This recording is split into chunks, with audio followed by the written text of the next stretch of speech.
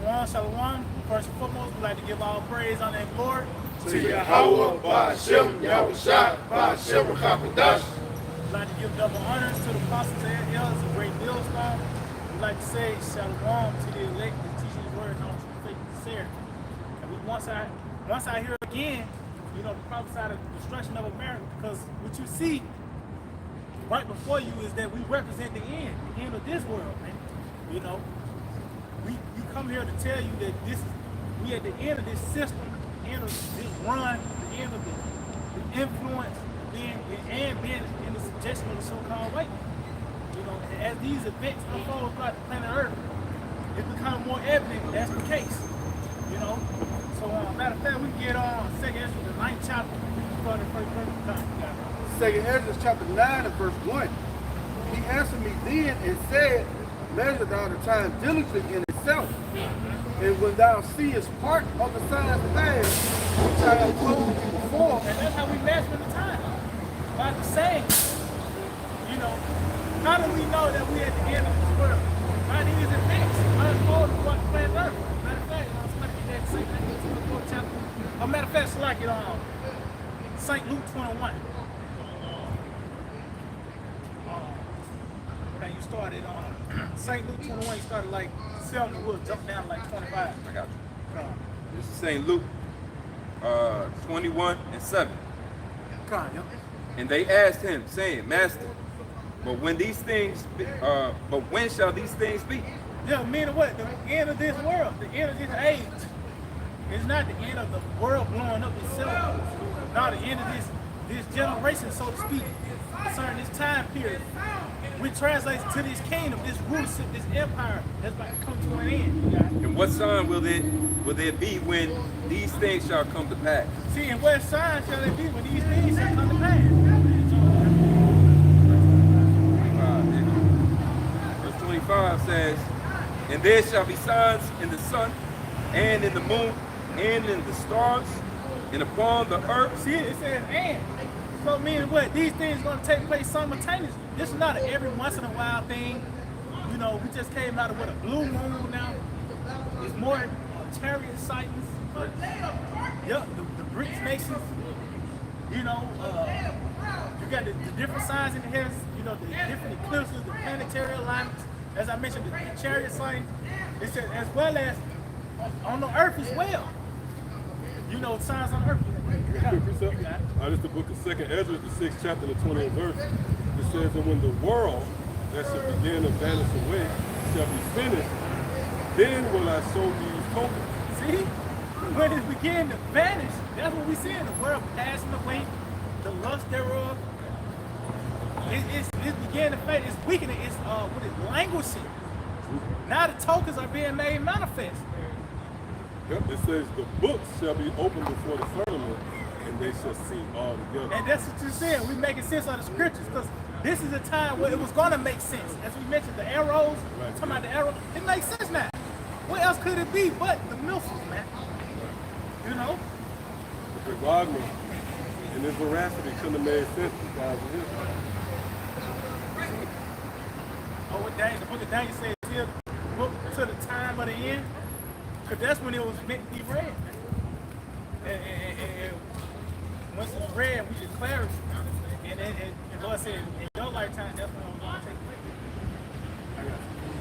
This is Matthew chapter 24, verse 14. And this gospel of the kingdom. See, this gospel, meaning it's going to be the true doctrine of Yahweh Shema trying to go forth throughout the planet Earth. That was going to cause things to budge forth. Talks about how the Lord's going to rain down prophecy, and in that was going to make things to happen. But it said this gospel shows you that the word had to be, this truth had to be unlocked and declared, because Christianity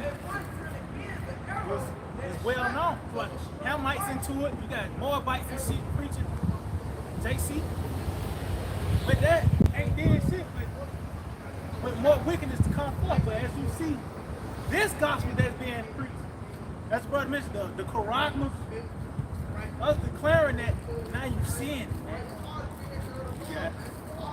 And this gospel of the kingdom shall be preached in all the world for a witness unto all nations, and then shall the end come. And that's right. That's what the gospel is talking about. The end. That's what we're preaching. The end, man. The end of this world. The end of this society. The end of this system. The end of the world. The most wickedest kingdom ever erected. Yeah, that's it. That's it. That's what this gospel. This is the good news, right?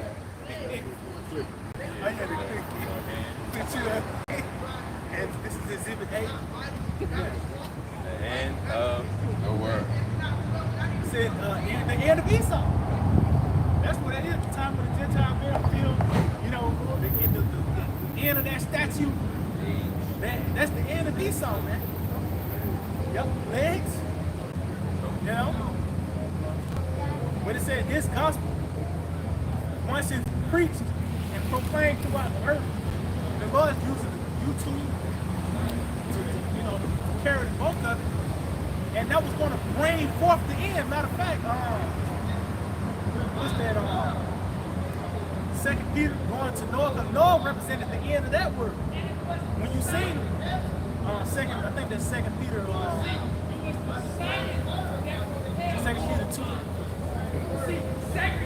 didn't think it changed.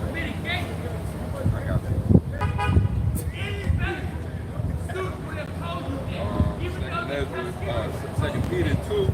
He couldn't pull the trick because white people was not abiding by their own rules. See, white men were going into restaurants and not washing their hands. So he couldn't even open up that subject. And Shuttleworth had it by the balls. He had to give in. And his only resort was fighting.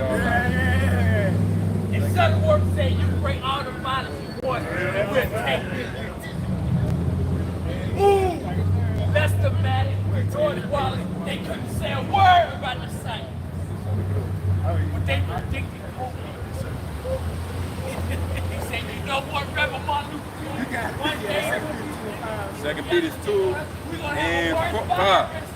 And spare not the old world, but save Noah, the eighth person, a preacher of righteousness. See, it said, and spare not the old world, but say Noah, a preacher of righteousness. Why? Because Noah was preaching the end of that world by the way of that flood, man. He represented the end of that system, that run, that spirit. You know, because what he was preaching, the end of that flood coming. Matter of fact, you got it. Bringing in the flood upon the world of the ungodly. See, bringing in the flood. So it has to be declared first. And that's what you see. Y'all outside declaring the end of the so-called white man, the end of America, the end of wickedness that you see today now. You know? So, if anybody ain't got that. Matthew 24 and verse 32. Now learn the parable of the fig tree. When its branch is yet tender and putteth forth leaves, ye know that summer is nigh. So the Lord's giving us something tangible to look at. We see a fig tree and it's beginning to bud forth and begin to show. You see it now. The fruit of it. You know, now you know what time we in. You know that summer is not. And that shows you that it's a sense of urgency, you know, that you should have when you come to this, man. Because the Lord ain't just letting you know you an Israelite, man. No, it's the spirit of the Passover used to be on you know, being girded, boots tied up, you know, ready to go, because you're ready to get the fuck out of here. You know? So we see that things take place on the earth. We know that the return of Yahweh shines now. So likewise, ye, when ye shall see all these things, know that it is near, even at the door. See? So when we see, now we see it. Going back to 2nd Ezra, you're going to understand the time that we're in when you see these things take place upon the planet Earth. Once you see these prophecies bud forth. You know? But that applied in the old world, that the brother going into. The flood, that was a point where the rain began to descend upon the earth. They actually saw the Lord sin. So by that same word, prophecy is going to come to pass. we was given charge to expound on what's that, Matthew, scripture speaks about teaching all nations to observe whatsoever things I command the people. When you go into that word observe, it means to look upon with the eye. Meaning what? The prophecy is going to physically manifest. Yeah, the stage set for the see him. This is Job 22:15. Hast thou marked the old way which wicked men have trodden, which were cut down out of time, whose foundation was overthrown with the flood? And that's the wicked way. There go that word marking. But this one is marked to observe. We observe through the scriptures some of the ways in which the Lord did away with millions of people before. Right? Now we got people in power who want to talk about depopulation.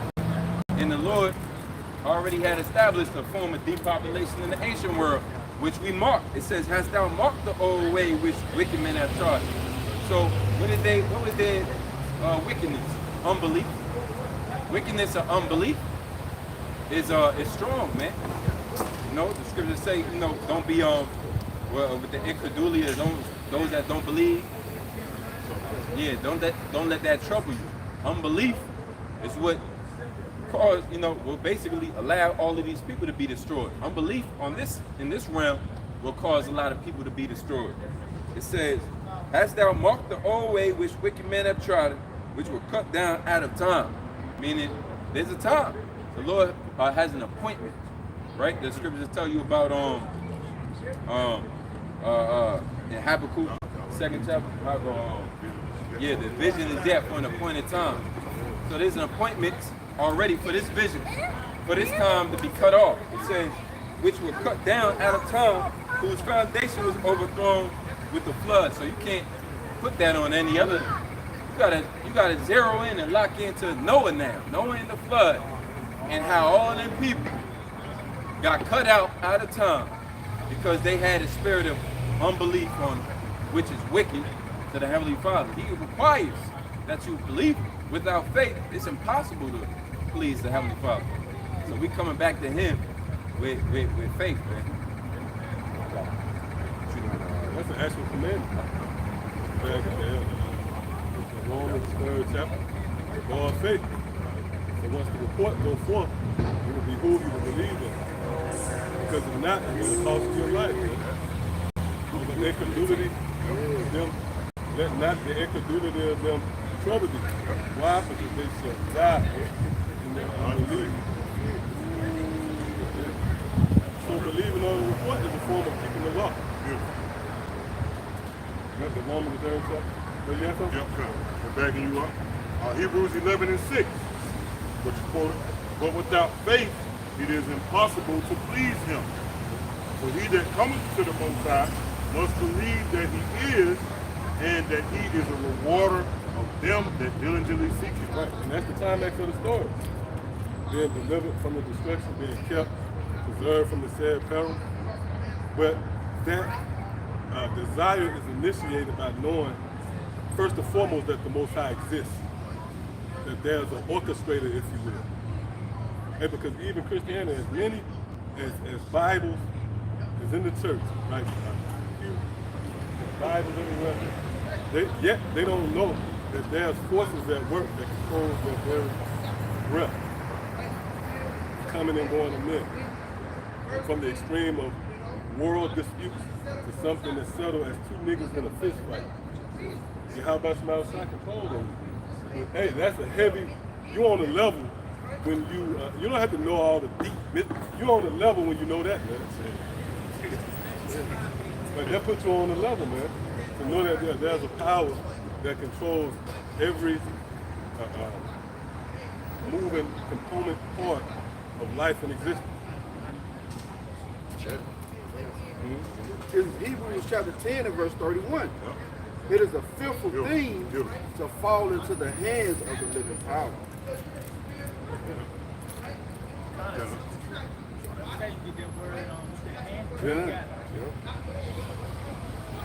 Strong's G 5495. It says, upholding In upholding and preserving the Most High is present, protecting and aiding one another. It says, definition D, in determining and controlling the destinies of men. So your fate is in the hand of Yahweh Shah.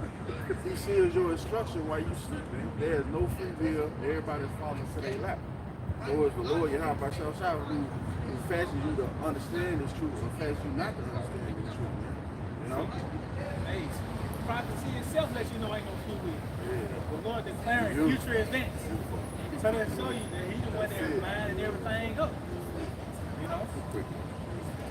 This is 2 Chronicles 15 and 6. And nation was destroyed of nation, and city of city. For Yahweh did vex them with all adversity. When we think about it, there goes nations is destroying themselves, cities is destroying themselves, attacking themselves. But it gives all credence to Yahweh. It says Yahweh, and for Yahweh, the reason why this is happening, for Yahweh did vex them with all adversity. When the Lord want to plague you, it don't matter who you are. You going through hell. You're going to have to fight your way out of it. You're going to have to claw, tooth and nail out of it. Because the Lord going to send the vexation to you. It said, be ye strong, therefore, and let not your hands be weak, for your work shall be rewarded. So all we got is that faith. That lets us know that there's a reward for those that are diligent and steadfast throughout all these trials and adversities. We know they come. We know about BRICS and NATO, what that's going to lead up to. Europe dealing with Russia and Ukraine, what that's going to lead up to. The Lord's about to play with adversity. Yeah. But if I may, the word adversity goes hand in hand with resistance. So the Lord is pretty much resisting, first and foremost, the advances of Esau. The scripture speaks about how the Lord would turn them backwards. And even once they reach that certain plateau, well, even in that, when he's sitting down to fill his belly, the Lord's going to rain upon him destruction, man. So the Lord is resisting anything outside of his will right now. Even Jake, with your plans to build up the community, and all that is going to be resisted, man. The only thing that's going to endure is the will of Yahweh Shah, which entails the new world, the kingdom of heaven being established. And its current existence where wickedness is premium, that's going to be moved out of the way. Any other thought outside of that will be brought into captivity. It will be made none and void. Yeah, the obedience of the Lord. Yeah, because your desires will in no wise offset the intents and purposes of Yahweh. Yep. It's the book of Proverbs 19 to 21. There are many devices in a man's heart. Nevertheless, the counsel of the Lord, that shall stand. Yeah. There's prophecy in this stuff. God bless you outside. And his intention, his will, that's what's going to take place. Even you thinking you finna go somewhere to just to be disappointed. For example, Esau, the Lord had his man down some way just for he could be upset. Why? Because that's the counsel of the Lord. Whatever, these people, they plan for America to continue. Anything else outside of prophecy is not going to take place. That's why our prayer is on par with prophecy. We hope, pray if we kept front of the family. Pray for the Edomites to go down. For the sea of to come and us to be kept from it. Not for, to be well established here if they got big. America to make a comeback. Yeah, for Trump to be president. Yeah, Trump to get back so nigga can get another stimulus package. No, the will of Yahweh from outside is going to stand. That means the famine's coming. That means there's going to be power outages. Look up that word stand right there, brother.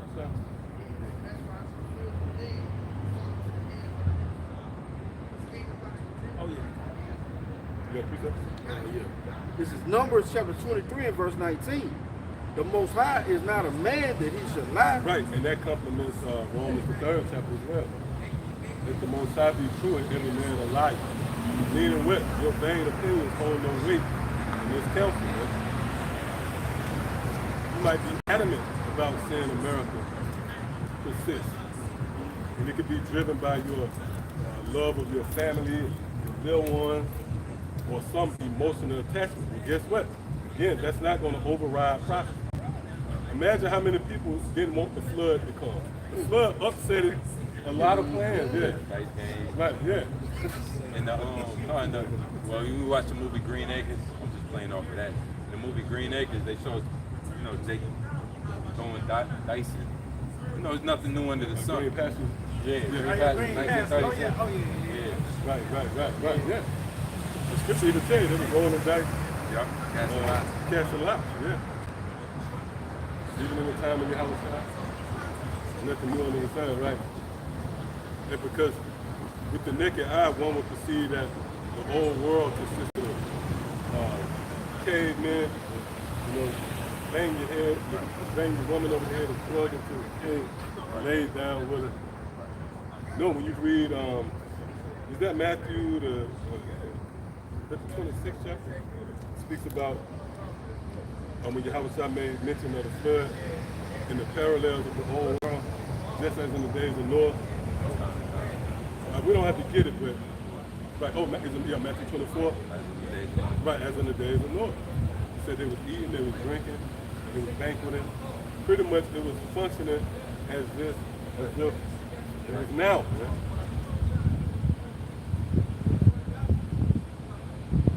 So the flood upset a lot of people's plans. Desires. A lot of people were adamant about certain things which would fit, their agenda or plans.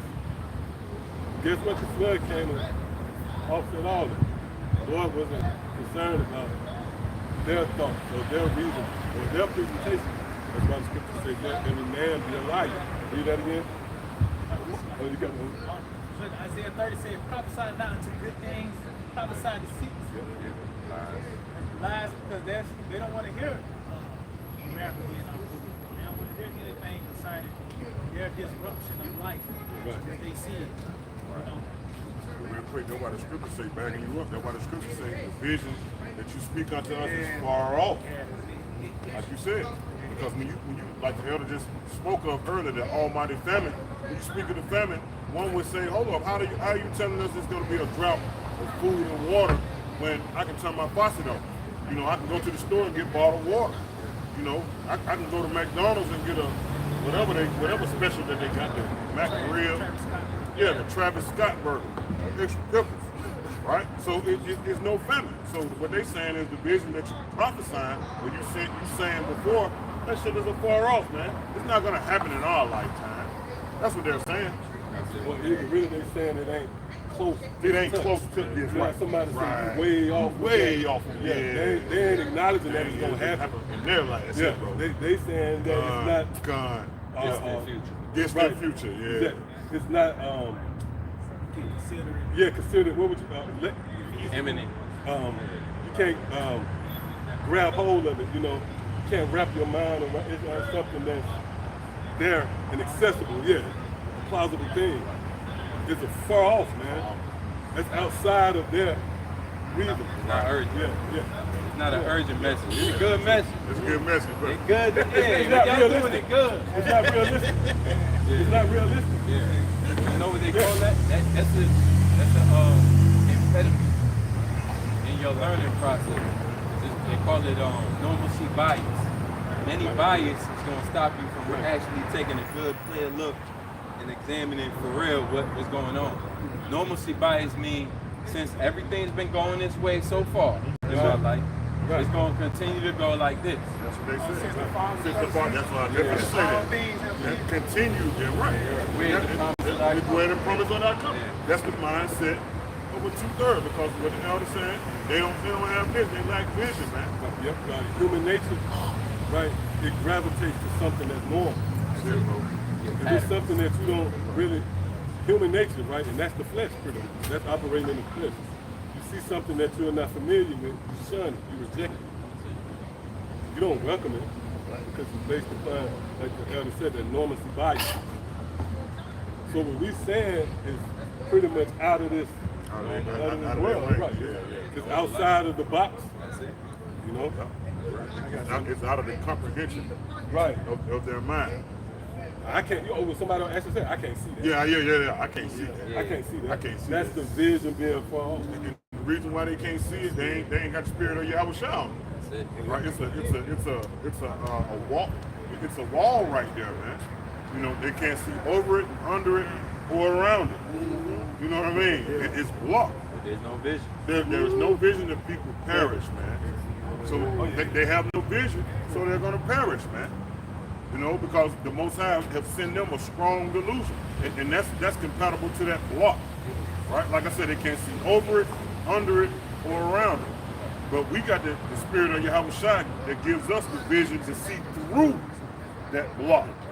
You see what I'm saying? That's it. X-ray vision, bro. So that makes us what? Superman. Go ahead, bro. You gotta double up. Son, this is Ezekiel chapter 12 and verse 27. Son of man, behold, they of the house of Israel say, the vision he seeth is for many days to come. Hey, the vision that he sees, meaning the visions, that's why they say speak unto the smooth things, man. Because we're telling them rough things, like Barak said, man. You know, we're giving you the true counsel of the Most High, right? Which is what? Massive destruction, and mainly upon those that don't believe, man. Right? And those really are mainly those that don't believe that are telling us the vision that you speak, read again, bro. Son of man, behold, they of the house of Israel say, the vision that he seeth is for many days to come. And he prophesieth of times that are afar off. And he prophesying of times that are far off, meaning we're not going to see it. This is not going to happen in our lifetime. What are you talking about? This is going to happen eons past us. See?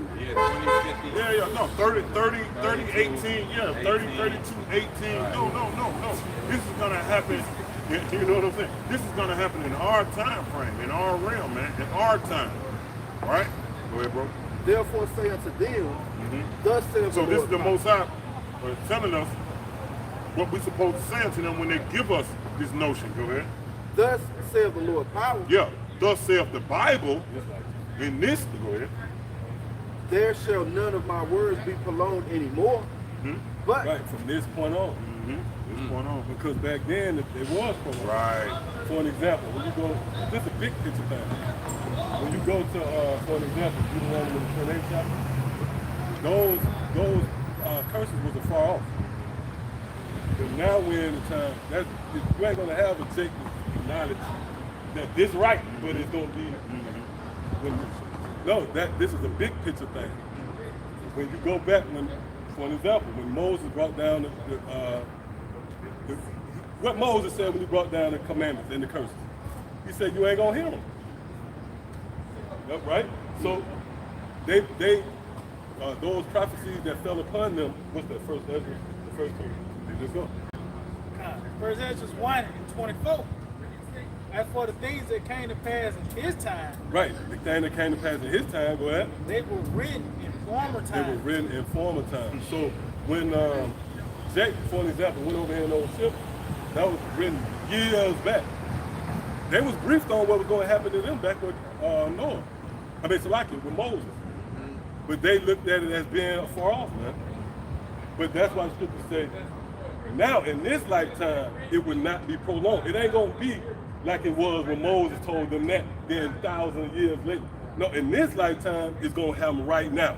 That's why the Lord said, tell them it would not be prolonged. That means the ministry in this lifetime would be an instant. It's not like we're going to go into captivity. It's it right. Now, go ahead. He says, as for the things that came to pass in his time, they were written in former times. Yep, go ahead. Concerning those that sinned and did wickedly against the Lord. And who is that? The Israelites. Because why? They was given the commandments, right? Which goes back into the wilderness. Everything goes back, the centers back around to that. That's the big picture. Where? Above all people in Canaan. Yep, but they was the only ones who received the ordinance. Yeah. And how they grieved him exceedingly, so that the words of the Lord rose up against Israel. And when did the words rose up? Years later. But in this lifetime, the scripture says it won't be prolonged. So you're not going to have a Jake to come up and say, yeah, y'all right, but it's going to happen. No, it's really that's going into, back then, they thought that it was going to be a far off, which it was. We just read that. But let's go back to Ezekiel chapter 12, verse 28. Therefore, say unto them, thus saith the Lord power. Right. In this lifetime, right? Say unto them, go ahead. There shall none of my words be prolonged anymore. Right. So from this point forward, it won't be prolonged. As it was with Moses. Remember when Moses came down with and prophesied? That happened later. But now, not this. From this point in time, it's happening now. The famine is going to happen now. Remember, Moses told them to go into captivity. According to the law, they would be sent to another land, right? That happened later. But the prophecies we speak of, the Quran, that's not going to happen 200 years away. Famine going to happen in your lifetime, right? There shall none of my words be prolonged anymore, but the word which I have spoken shall be done, saith the Lord power. See, it's going to stand. And we're going to go to that word stand too, but let's get this real quick. There's to prove the mindset what the scripture's going into about Jake when they hear this. Is going into the fact that they can't see past America. You're going to see that we read right here. Go ahead. 2 Peter 1:9. But he that lacketh these things is blind Yep, go ahead. and cannot see afar off, They cannot see afar off, meaning he don't have the spirit of prophecy. Go ahead. and have forgotten that he was purged from his old sin. Now look up that word afar. I think that's the phrase. The phrase, you cannot see afar off, Strong's G, 3467. To see dimly, Right, meaning they lack clarity. Go ahead. see only what is near. See only what is near. And what is near? America, Babylon the Great. Your job is what's near. Your reality of Christmas or things that you can tangibly touch, that's near.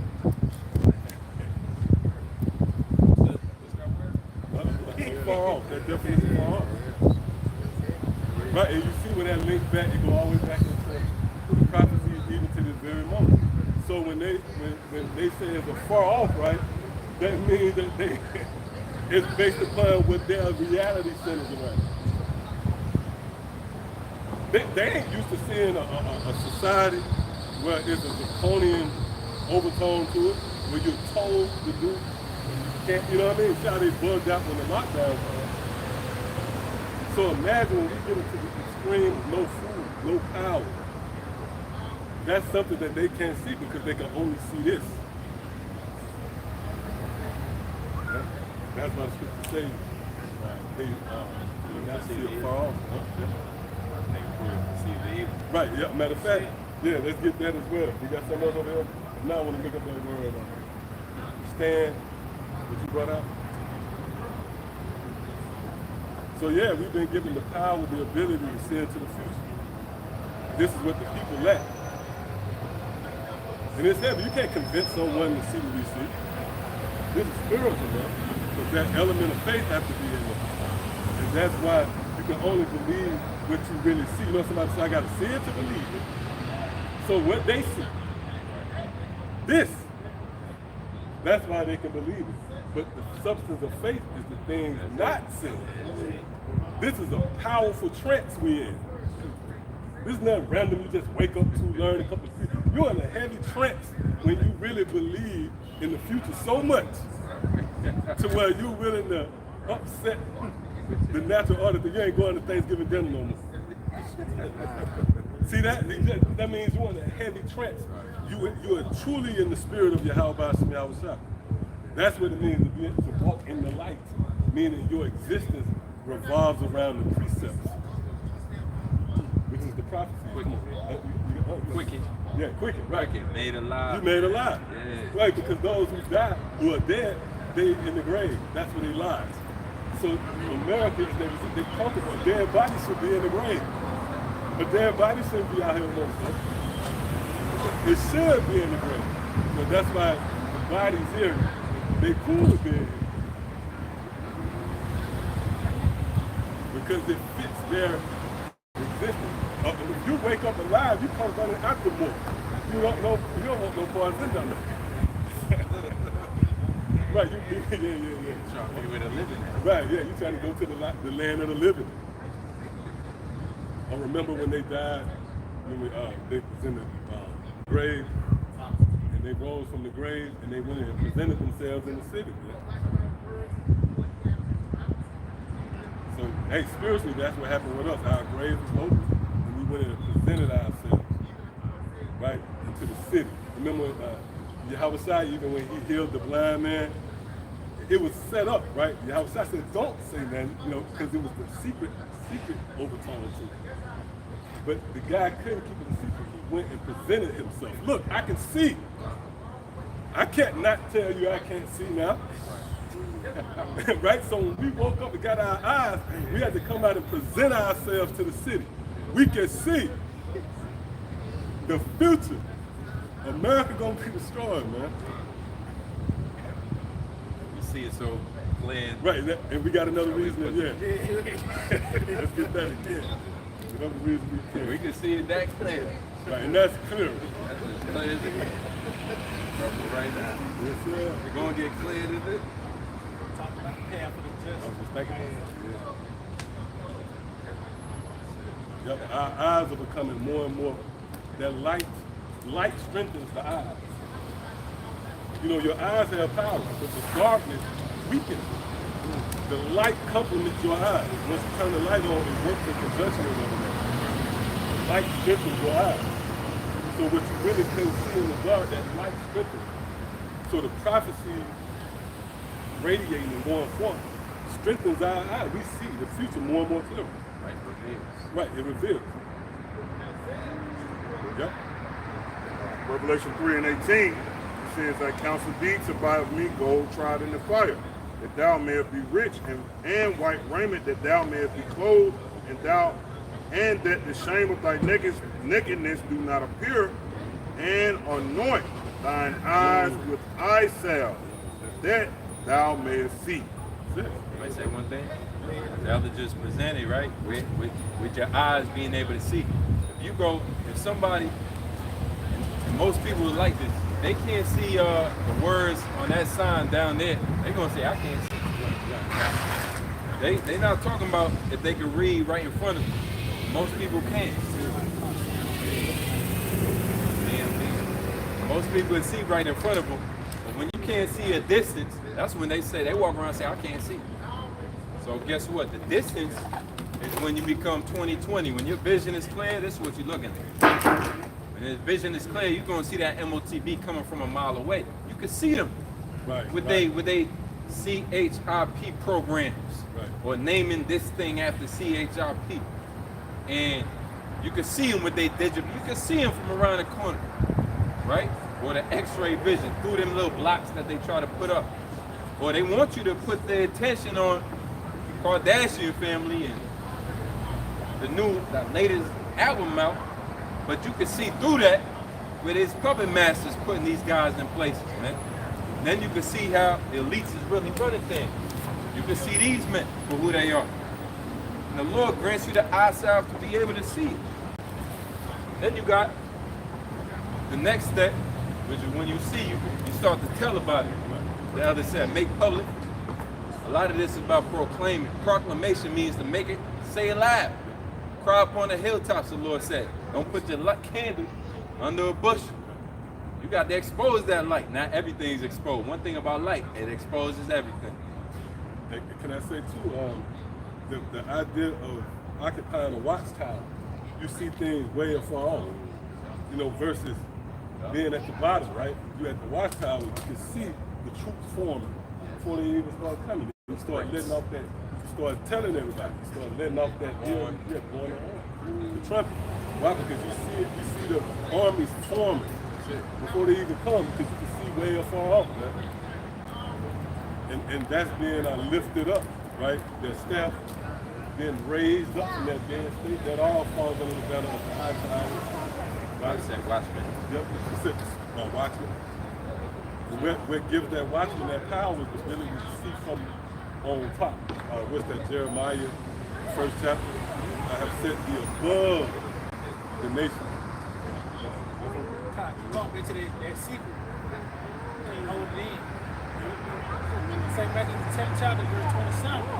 What I tell you in darkness, that speak ye in light. Right, yeah, so the Lord gave us the secret, and we are now speaking them in light. Really, this is the light, even as it relates to the time and season we're in. This is the time where everything is being uncovered, right? What's the 8th chapter? There's nothing hidden, secret. And that goes hand in hand with the dynamic of the end. I often make this analogy. You consider a sporting event, let's say football. It's not clear at the beginning of the game. You might have your reservations, you might have a prediction, but at the end, everything is clear. You know whether it's going to be a blowout, tie or going to overtime, it's going to be down to the wire. It all takes fashion and form at the end. Right. Come on. It says, what I tell you in darkness, that speak ye in light. And what ye hear in the ear, that preach ye upon the housetop. Yep. That's the high tower, right? So this is the housetops, which that idea is perfected through the internet. You have satellites. What's that song? 19. Word going out. Right, the word going out throughout the planet Earth. Matthew 24th chapter.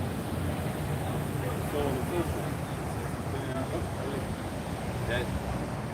That speculation that the elder was just pointing out, until the conclusion, until things are fully formed or manifested, you're gonna have speculation. You're gonna have all type of ideas of how it put in, like that game analogy.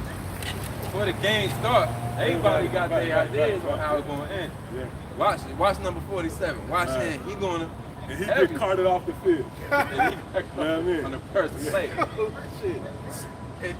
It's at the end. See, we not going off our own speculation. Right. That's where we coming from. Right. We going off the speculation that the Lord provided us, His own.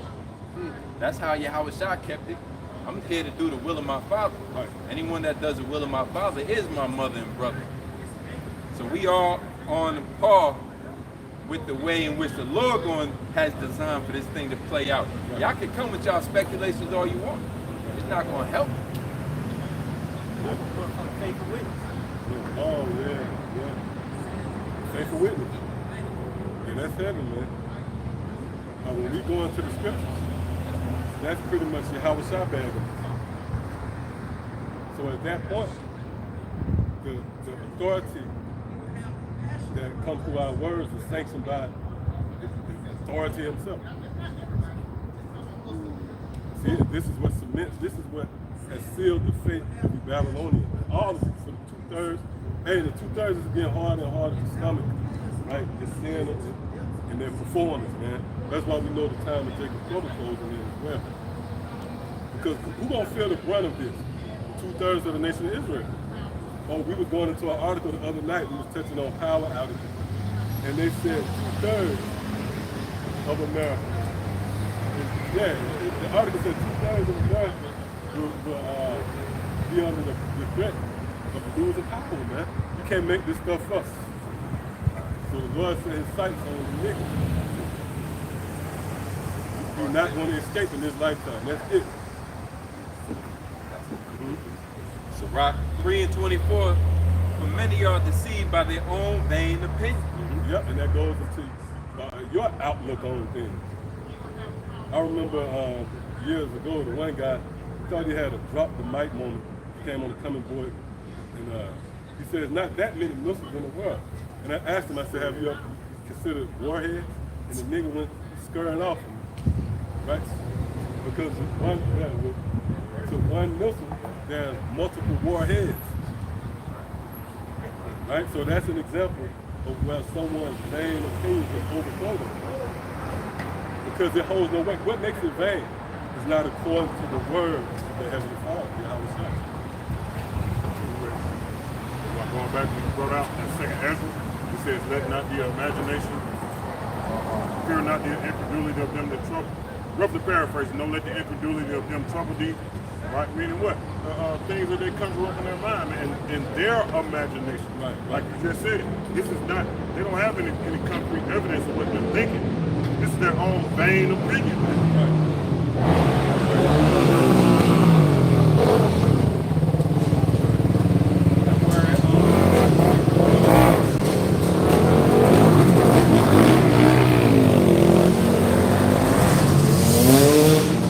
Word incredulity comes from the word credit.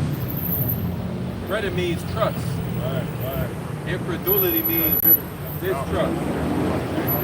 So don't let the disbelief or the unbelief or the distrust that they have for the Heavenly Father trouble you. Right. Because hey, the verses is the believers against the non-believers, man. Was that Proverbs? Right? The righteous is an abomination unto the wicked, and the wicked is an abomination unto the righteous. The righteous is gonna be with faith. The wicked is gonna be without faith. Like the elders are going into, you can't let, okay, if a person don't have faith and they hear this report, he's gonna conjure up anything in his imagination to go against the believer, man. Satan And the gonna help him. that's right. Satan's gonna help, and that's who. Satan start playing on their mind, start giving them beliefs or ideas that's not concrete, because it's nothing specified on what the scriptures laid down. Meaning the foundation, it doesn't have a foundation, right? And then the foundation, without a foundation, is mixed with faithfulness. That's dangerous. Someone don't have a foundation, and then you ain't got faith on top of that. So that's why motherfuckers say what they say when it's concerning the Lord's word and it's concerning what the prophets have put forth. And they say some outlandish shit, some shit that's far off. Every idle word. Every idol, Yep. idol. That's the point. Idol word. Yep. No substance whatsoever. No substance whatsoever. And you know what's heavy about that? What the brother going into? These thoughts, really, they believe in it because it's based upon what they see. Remember, again, Hebrews the 11th chapter. The two extremes, right? But really, faith, as it applies to you keeping your perception, what you perceive, is based upon what you see, man. You know that you got 40 hours, you know what I mean? Right? You know how much you got in your account, right? How much time you got Yeah. left to These are things that drive you people, tangible things. Again, we've been called to believe and unbelieve in the things that's not seen. Yeah, kind of. You read? I know yeah, kind of. Yeah. 2 Thessalonians chapter 2 and verse 10, and with all deceivableness of unrighteousness in them that perish, because they receive not the love of the truth, then they might be saved. And who are they deceived by? Esau, the God of this world. You know? It says, It's like it because the so-called white man painted a portrait for you. He pretty much created a replica of reality. And again, right, what we said is not an easy feat. That was wild. Right? You know what I mean? Yeah, because I made a short move. In the block like that. But again, what we have been called into is nothing like. It's not like we marvel at the fact why you can't, operate like us, because it's much easier to operate with unbelief because it's the reality that you see. See that? Yeah. You physically wake up and you physically see what's in front of you. the God of this world has blinded them. Right, yeah. God in this world blinded them. Yeah, you see something. Yeah, that's good. Yeah, that's in their life. Yeah. Celestial moss, huh? And blinded the minds of them which believe in that. Hey, that got to be your slave, bro. yeah, I definitely say that. Might be a nigga. Might be.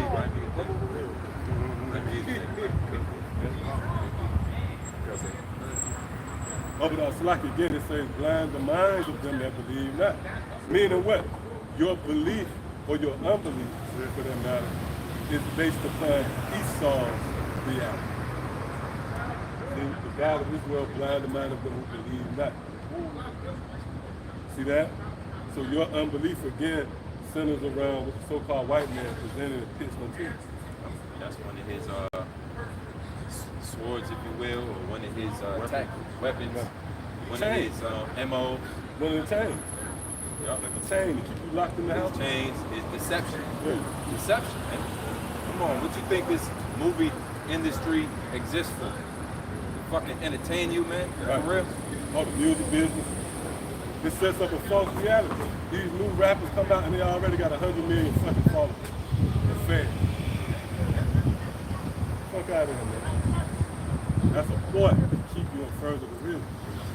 That's why, again, cause them not to believe. They come up here, right? They might descend upon the camp physical or even a video. And they can't fully commit because deep down, they still believe Christmas is, they might hear you say the high holy days of Esau is wicked. Then they'll say, nah, I can't deal with your doctrine because sentimental values kick in. You remember the first time, like the Christmas Up got released. Big Crib. Mariah Carey come on the radio and that's Right, it. the nigga let these things like hold them back from the glorious life. Oh, the script, matter of fact, continue on that. You read that 2 Corinthians, right? Okay, let me read that 2 Corinthians report. The God of Israel are blind of the mind and that believe not. Right? And it goes on and says that the glorious light of the gospel may not shine unto them. So they'll never be able to get it because deep down they hold fast to something Esau instilled in them. Go ahead. Before you hit it, just going back to what you just said, backing you up. 2 Corinthians 4:18. While we look not at the things which are seen, but at the things which are not seen. For the things which are seen are temporal, but the things which are not seen are eternal. Yeah, so now that goes back to Hebrews 11 chapter. We got real faith, man. Hebrews 11 chapter and verse 1. Faith is the evidence of things not seen, right? Yep. You sure. And the substance of things what? Hope for, right? So everything, like you said, that's why they say that the vision is yet for a point of time, man. Because they're judging everything according to what they can see right now, right before their eyes, man. What is that? Near sight and far sight, right? Far sight when you see everything closer, and near sight is when you see everything farther, right?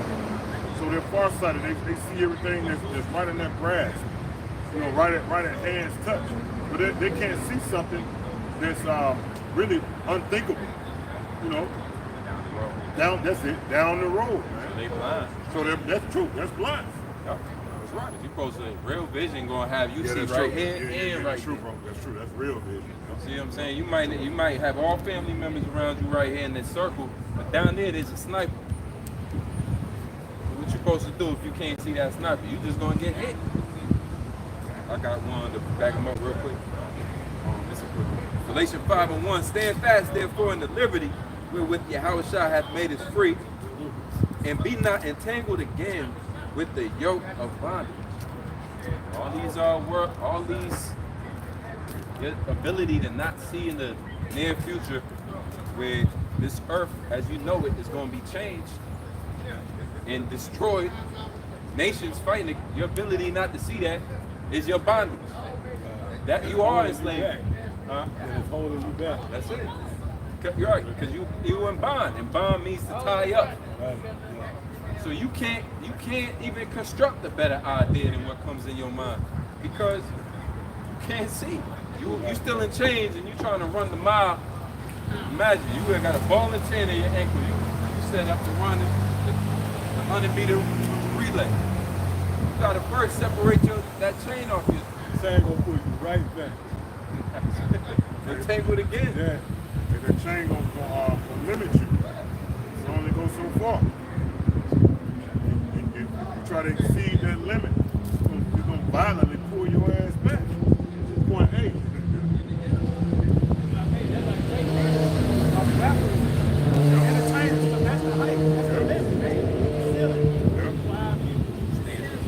Standard. Right. best you're gonna get. They all got contracts. Yeah. One thing you learn every day about a contract, you ain't learned nothing yet, it's binding. Binding, yep, binding. It's legal. Yep. But your politician taking oaths, but you making binding contracts. Something's up, man. Look, you're not free. You're not free. The only ones that's free is the elect. And their freedom is through our reason. What's that? St. John, right, 8th chapter, 24, yep. You shall know the truth, and it shall make you free. And sword is what cuts you out of that net that Esau spread over. I remember, was it Clash of the Titans? Who the main guy in Clash of the Titans? The son of Zeus. Perseus. Yeah, Perseus. He cut his way out of that scorpion. That's what this too. We really was to cut us out of this entanglement. Yeah. Here, take this, you know. Trap. You got snared by Esau. Lord, give me the sword of the spirit.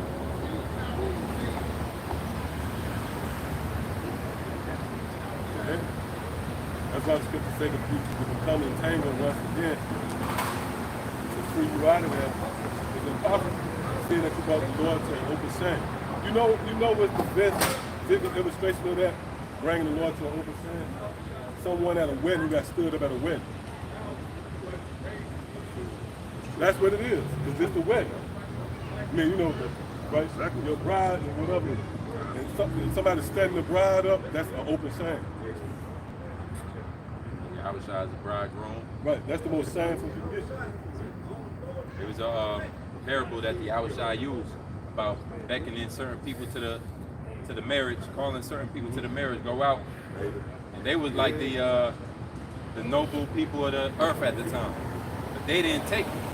So then he said, you know, go out. Where's the bait? Yep. Go out and get the rest. Now, the ones who wasn't first offered.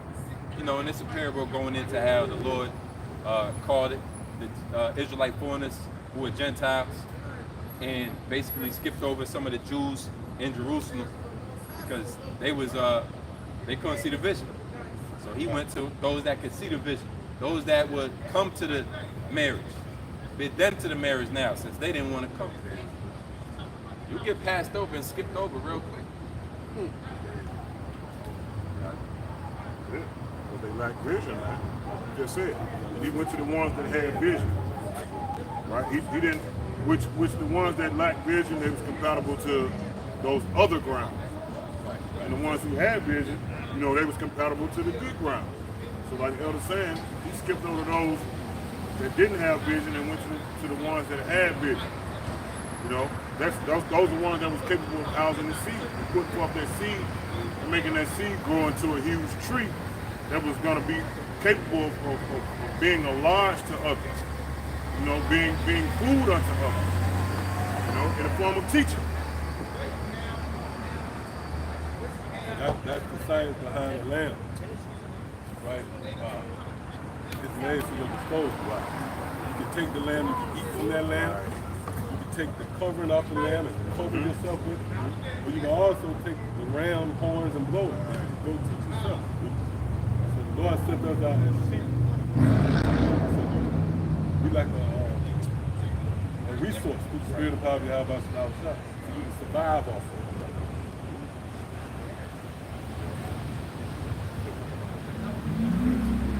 Second Peter chapter 1 and verse 19, we have also a more sure word of prophecy, whereunto you do well, that you take heed. Yeah, that's sure, right? Yeah. A sure word of prophecy, man. And why would I have to convince, like, read that in this context? Why would I have to campaign and promote that? That's because it's going to be a heavy spirit of unbelief. You know, if I tell somebody, look, man, I'm positive it's that way, that means I'm having a resistance to say that it's not that way. That's why the scripture said we have a more sure word. That's the scripture saying, look, believe us, because what we channel through the spirit and power of Yahweh Shema Shah is based upon the intent of the highest power conceivable. So it's going to come to pass. Matter of fact, read it. Matter of fact, let's look up that word sure right now. You got it? All right, come on. Strong's G 949. It says stable. Stable. Right. Something that's steadfast, certain constancy. And the reason why this word is stable because it's built upon Yahweh Shah. The foundation. The cornerstone. That's what you want to build. Because everything else is built from vanity. Right? The scripture said faith is the substance versus that vain opinion, that emptiness versus that substance. So everything else is built upon hollow ground, sand. It's not going to stand. These Afrocentric niggas, these black conscious niggas, that's already a fun apart. When you really go into it. The niggas that's getting caught up by that is just straight up dead. Niggas hoopers and black and mild and blunts and right. There's some nigga a corpse. I was thinking that all week. How can a nigga still smoke cigarettes? Right, yeah, 2023. Yeah. All them cigarettes, buddy. All these cigarettes did market. Yeah, this man. 12-6. They have gold and silver.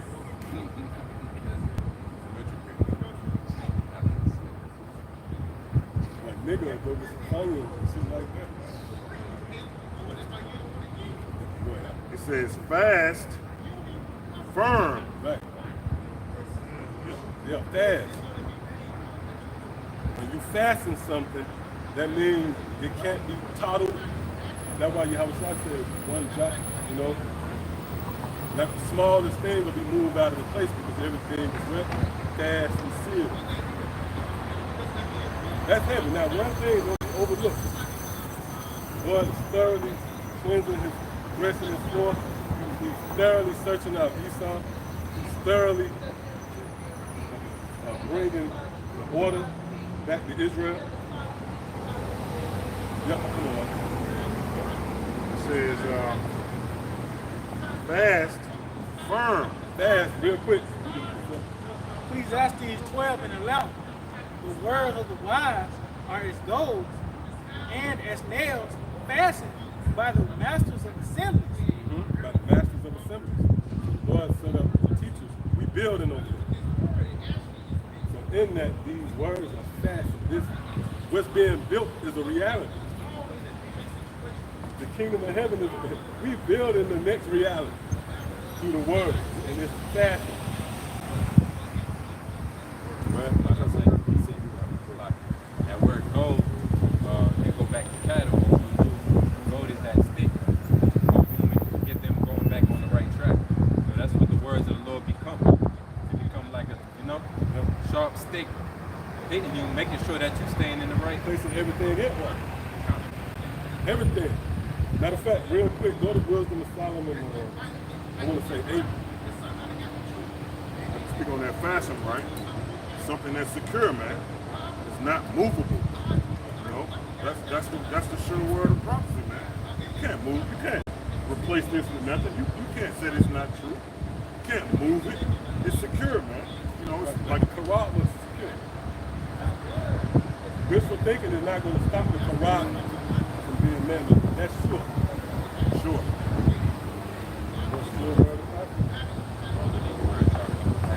Right. That touching Samuel, none of his words said to the rock that they were fashioned. God, wisdom Solomon ain't on that. Wisdom reaching from one end to another right away. And sweetly doth she order all things. See, sweetly doing she order all things. So that's the idea of a goal. So imagine having a goal that place that you saw in his place. The Lord is the controller of everything that's touching order and everything being brought back to, this original And because that's what's going to happen. The Lord's going to bring everything to its original state. That's why the scripture says, seek out the old man, the prototype.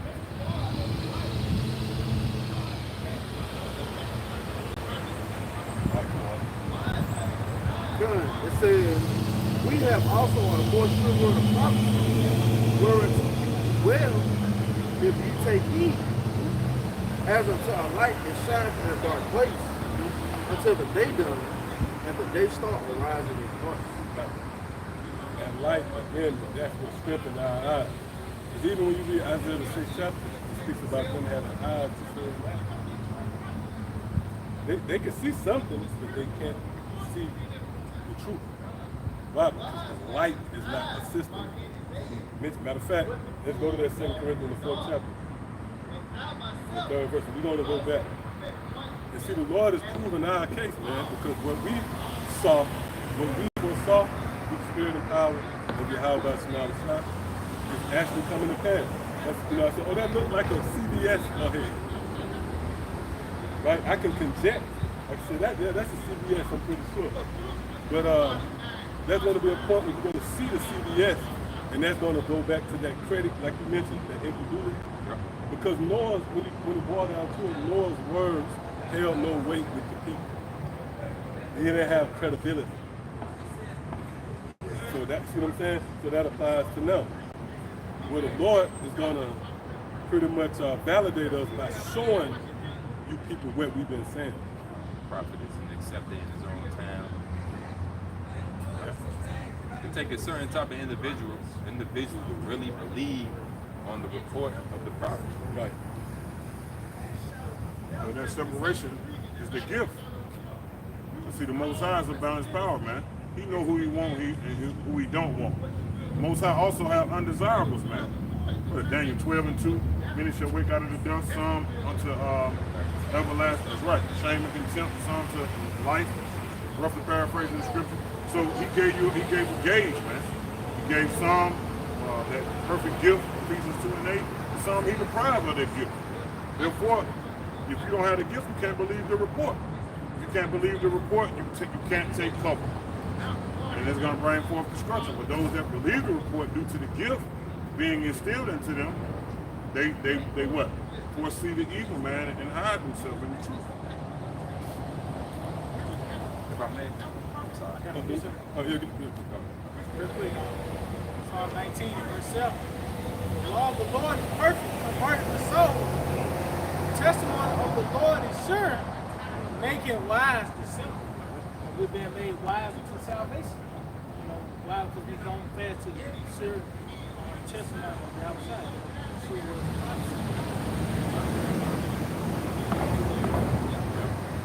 scripture also speaks about that Psalm 119. I don't know that testimony. You can find out, we'll get that as well. Because that testimony right there is not some foreign testimony as it relates to the testimony of the outside. That's the same testimony. So just like Noah and his prediction, so to speak, came true, that was because it was sure. Being that it was the testimony of the outside. That's why we just read the testimony of the Lord is sure. Well, Psalm 119 and 152. Concerning thy testimonies, I have known of old that thou hast founded me forever. see it? Founded. Established. Steadfast. So concerning our testimony, they go back as far as forever, man. This is not a new idea, even the fact that we out here introducing, bringing forth the how about some outside, you know, heroin in our Lord. That's not a new idea. This happened spontaneously, you know, throughout the ages. The Lord would send forth prophets, telling his will to Back you up. Jeremiah 28:8. Prophets that have been before me and before thee of old prophesied both against many countries and against great kingdoms, of war and of evil and of pestilence. Yep, we continue in that legacy. His ministry, hey, Christianity shied off from it. It's right. It's swayed from it. Some left, right? modern idea of being a Christian has nothing to do with what we just read as touching the oracles and their veracity. Man. It was always meant to be presented in the form of violence, destruction, war, pestilence, and evil.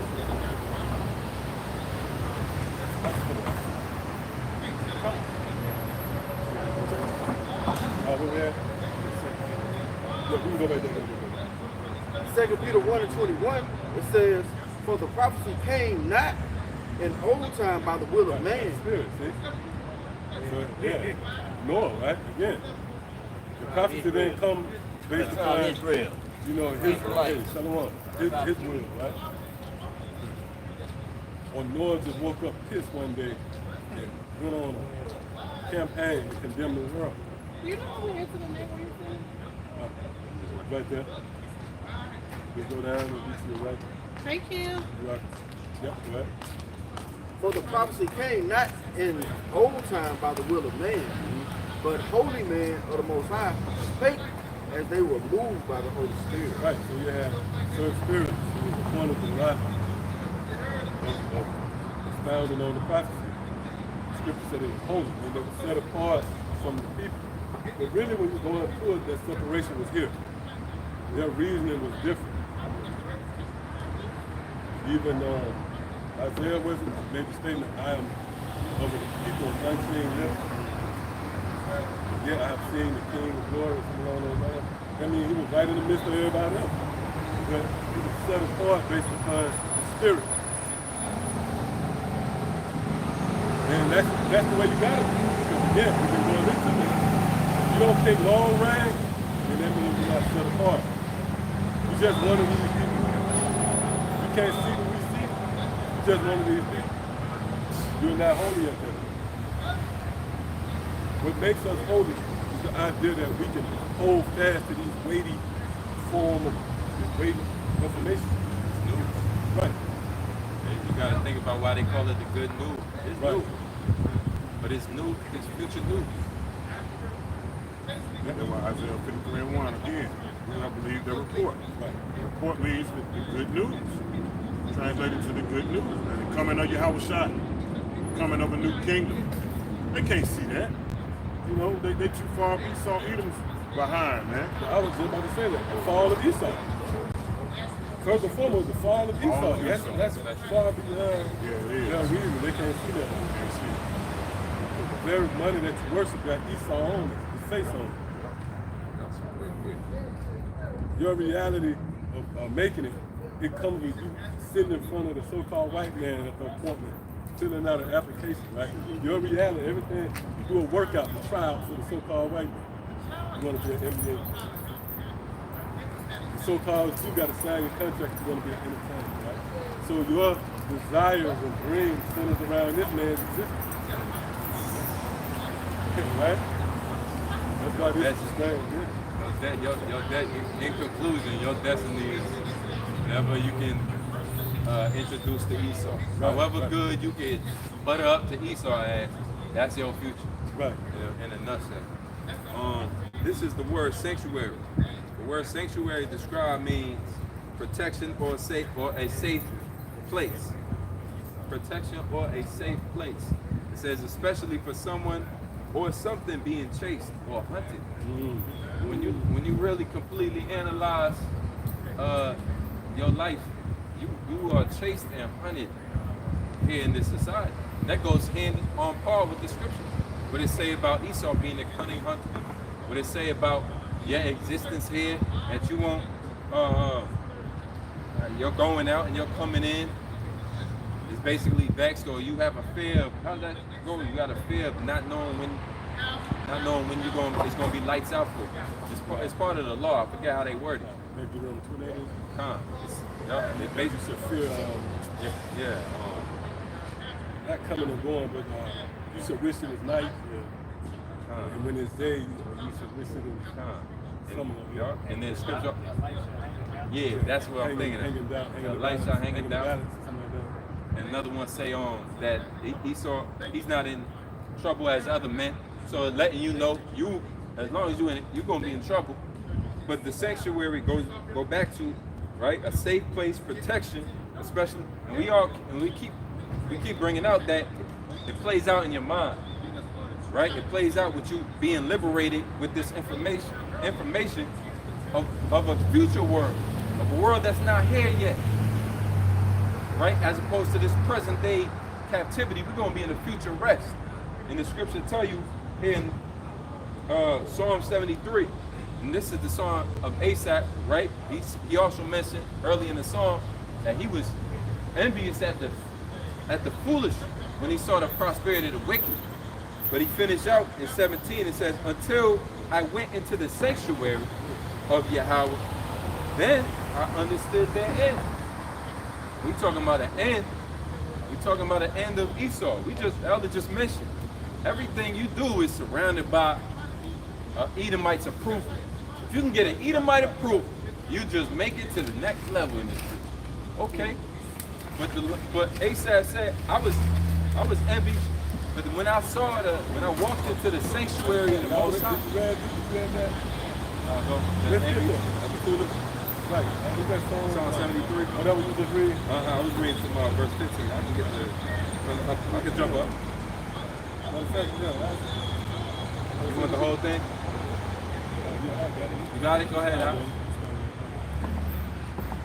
This is Psalms chapter 73. And Start at verse 3. It says, for I was envious at the foolish when I saw the prosperity of the wicked. That's normal for Babylon, right? They took this heritage away from us, man. We was practically born into a situation we didn't have nothing. So the only thing we could observe, once again going to your eyes, is that Esau, the so-called white man, got it all. And the first reaction to that, unlearned, is that you become envious. You envious at the foolish. Why foolish? Because they don't. Even Asaph knew what the Lord, what pleased the Heavenly Father, wasn't what they were doing, wasn't what the heathens was doing, but they were the foolish for that reason. They didn't believe in the highest power. They didn't believe in the true power, but they were in pleasures. They were living it up. That's how you examine a heathen today. So the error would be to be envious at them. But in all actuality, when you come into the sanctuary of the Heavenly Father, or the pavilion of the Heavenly Father, when your mind is quickened, and you understand you are liberated through Yahweh Shah blood, when you understand these things about future events and where you'll be at in them, then you can already, that cancels out that envious right away. It cancels out envy. This truth cancels out, there's no Competition. Right? That can apply to, yep. Because you said it, you hit it.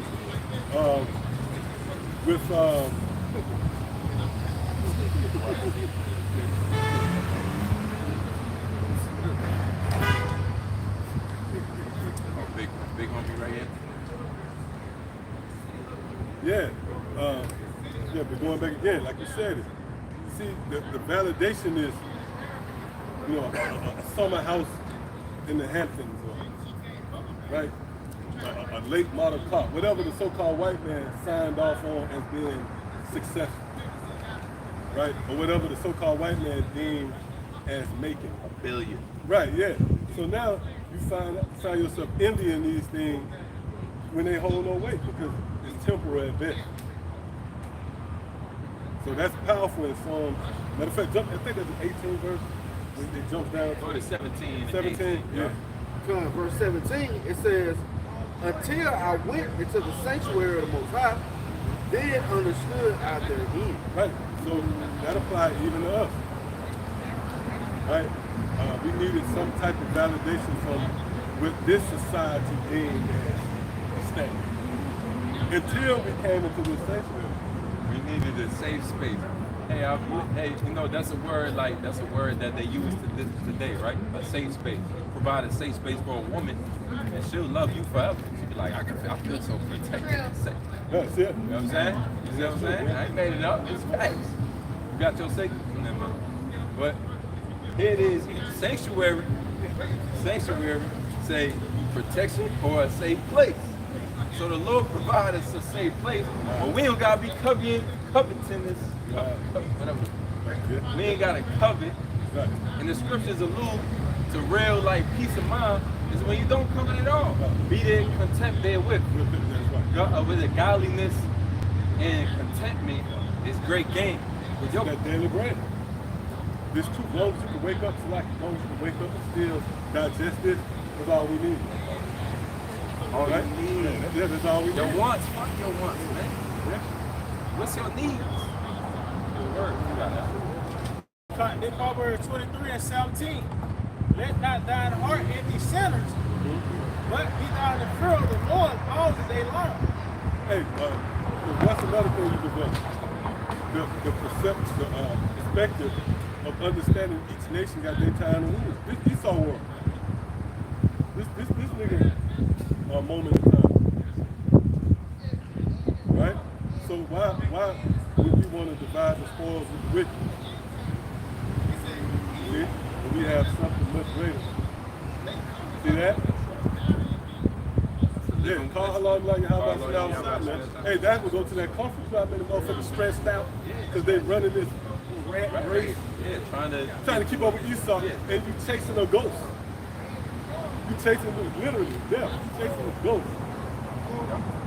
And you thought you got it, you died, and you trying to reach it and you fall off the cliff. And then you die, and you'll never reach. Right. It's dangling for the next person to go jump on. It's a pit. It's like you know how in Mario or something, you have to jump to get the coin, but the coin is over these spikes. Right, yeah. And you have to be precise. Like Steve Nichols. Hey man, you gotta let it. Some shit in this world, you gotta be okay to let it go. Yeah. Let everybody, and then you're going. Once you stop, you see everybody else jumping forward and falling in the pit.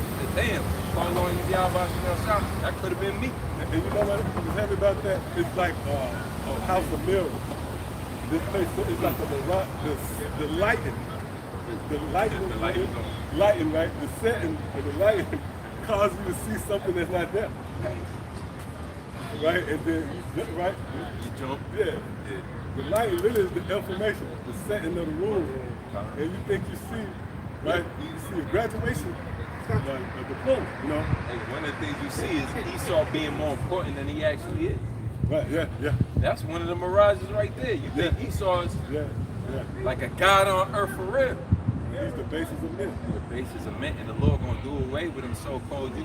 They said when he is gone, he shall be like young, dumb.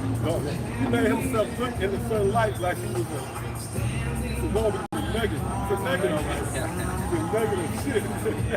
He's an unwanted negative. He's like a player. Right. He thought it was a gold negative, but it was an actual negative. He just got out.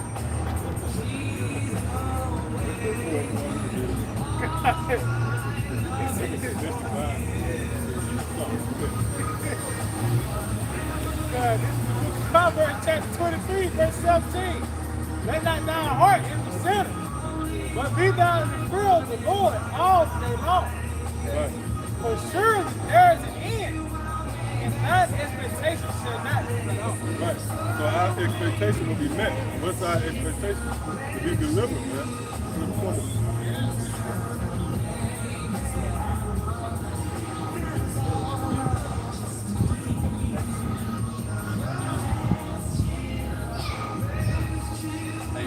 That music puts spirits on you, man. A lot of spirits. That's a domestic violence. Yeah. Waiting to happen. Pre and post domestic violence. Before domestic violence and after it's all over. It make you want to set up a picnic, but then at the picnic, you throw the wine because it ain't the right time. All hell Yeah, this replica reality, man. It causes you don't get to see the hidden danger. Oh, that's the idea of a maze, right? The maze itself turns you in whatever direction. So, see? So based upon this setting, you people are governed. The way you move is based upon what's laid out. Yeah, cut. Was it on that? Yeah. This is the book of Proverbs, chapter 19, and verse 21. There are many devices in a man's heart, Nevertheless, the counsel of the Lord, that shall stand. Now, real quick, let's click on this word stand. The word stand, it says, quam, Strong's 86965, to rise, stand, to arise in a hostile sense, become powerful. Right, and that, you know what? That goes to the animation aspect of prophecy, where the words will actually come to life. See?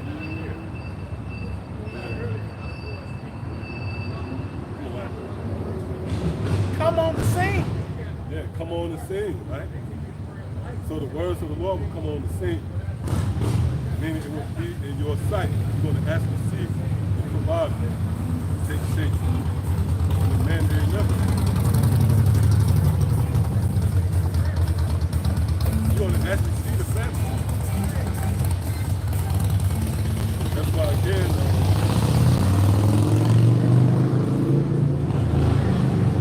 this thing really vexes me. Oh, really? That same song.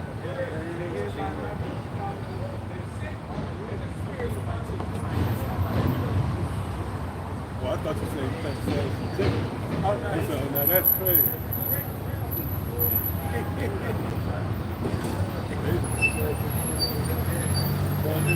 said the words coming to life. The words coming to life will really trip you out. You thought you was ready for shit. You said the words of the scriptures start to come to pass. And you ready to run like hell. You know what I mean? Because it's surreal. But you know what you gotta do, be steadfast. You gotta hold on. You're gonna watch all of this take shape. I'm looking at that 7-4 play.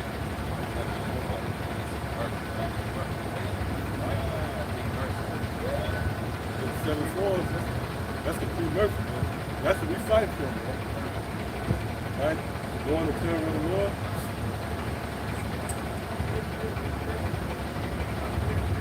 Yep. It says, continuing that word, stand. It says to be established, be confirmed. Yep, be confirmed, be established. That pretty much goes hand in hand with that attachment. The word, the attachment. It's not going anywhere. It went forth, and now it's about to take shape.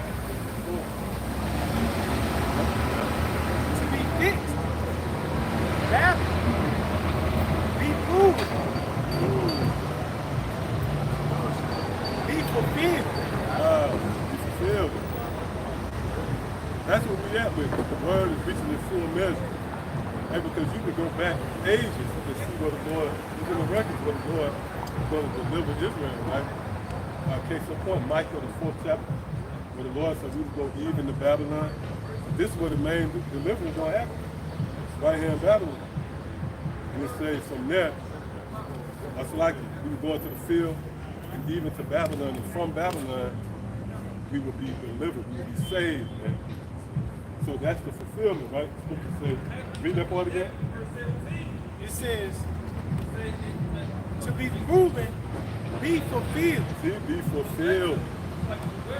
So even, like I just mentioned, Micah, the 4th chapter, the 10th verse, we're in the time of that fulfillment.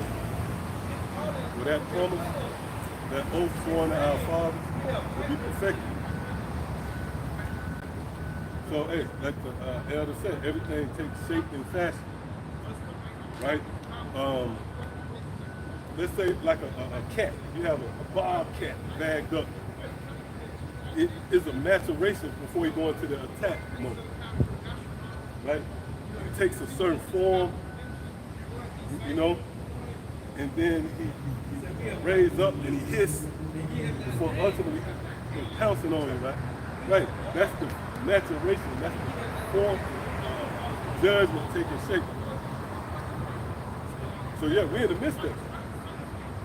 Right, World War III is forming. Nelson's already on the scene. We ain't got to worry about Nelson being made. We got to worry about, and it goes back to not being prolonged anymore. This is the lifetime we got to worry about. Well, in the near future, going to be a time when you're going to have missiles to be made. Now, right here and right now, everything is being, prophecy is being facilitated and accommodated. Missiles in it. Concentration camps are already here, man. Right? How many microchips got manufactured? Remember what they called it, microchip boom? Or the chip act? They was running out of resources making the microchip.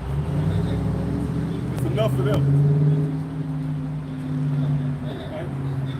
Oh, the prophets on the scene. 1 Corinthians, the 4th chapter.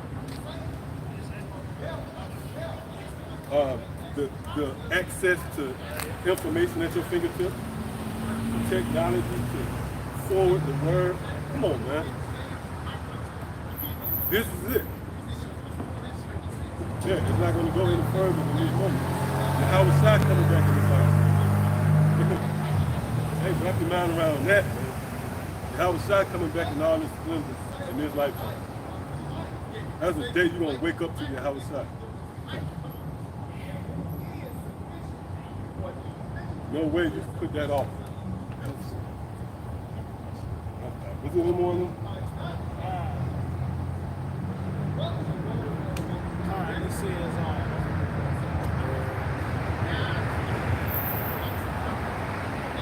it says to erect, build, to make binding, carry out. Right. Yeah. Yeah, the Lord carrying out his death threats. Many times of the Lord executing his word. This happens from time to time. People don't understand that. That the power of all the universe, he visits the earth. Right? The time of the Lord, he came and he gave the presence from the same earth, man. That happens from time to time. As in the days of Noah. So this is a scene the Lord reserved this generation to see that power and work of him. Revive that, what it say in the midst of years? Revive that work. Bring it back to life. All right.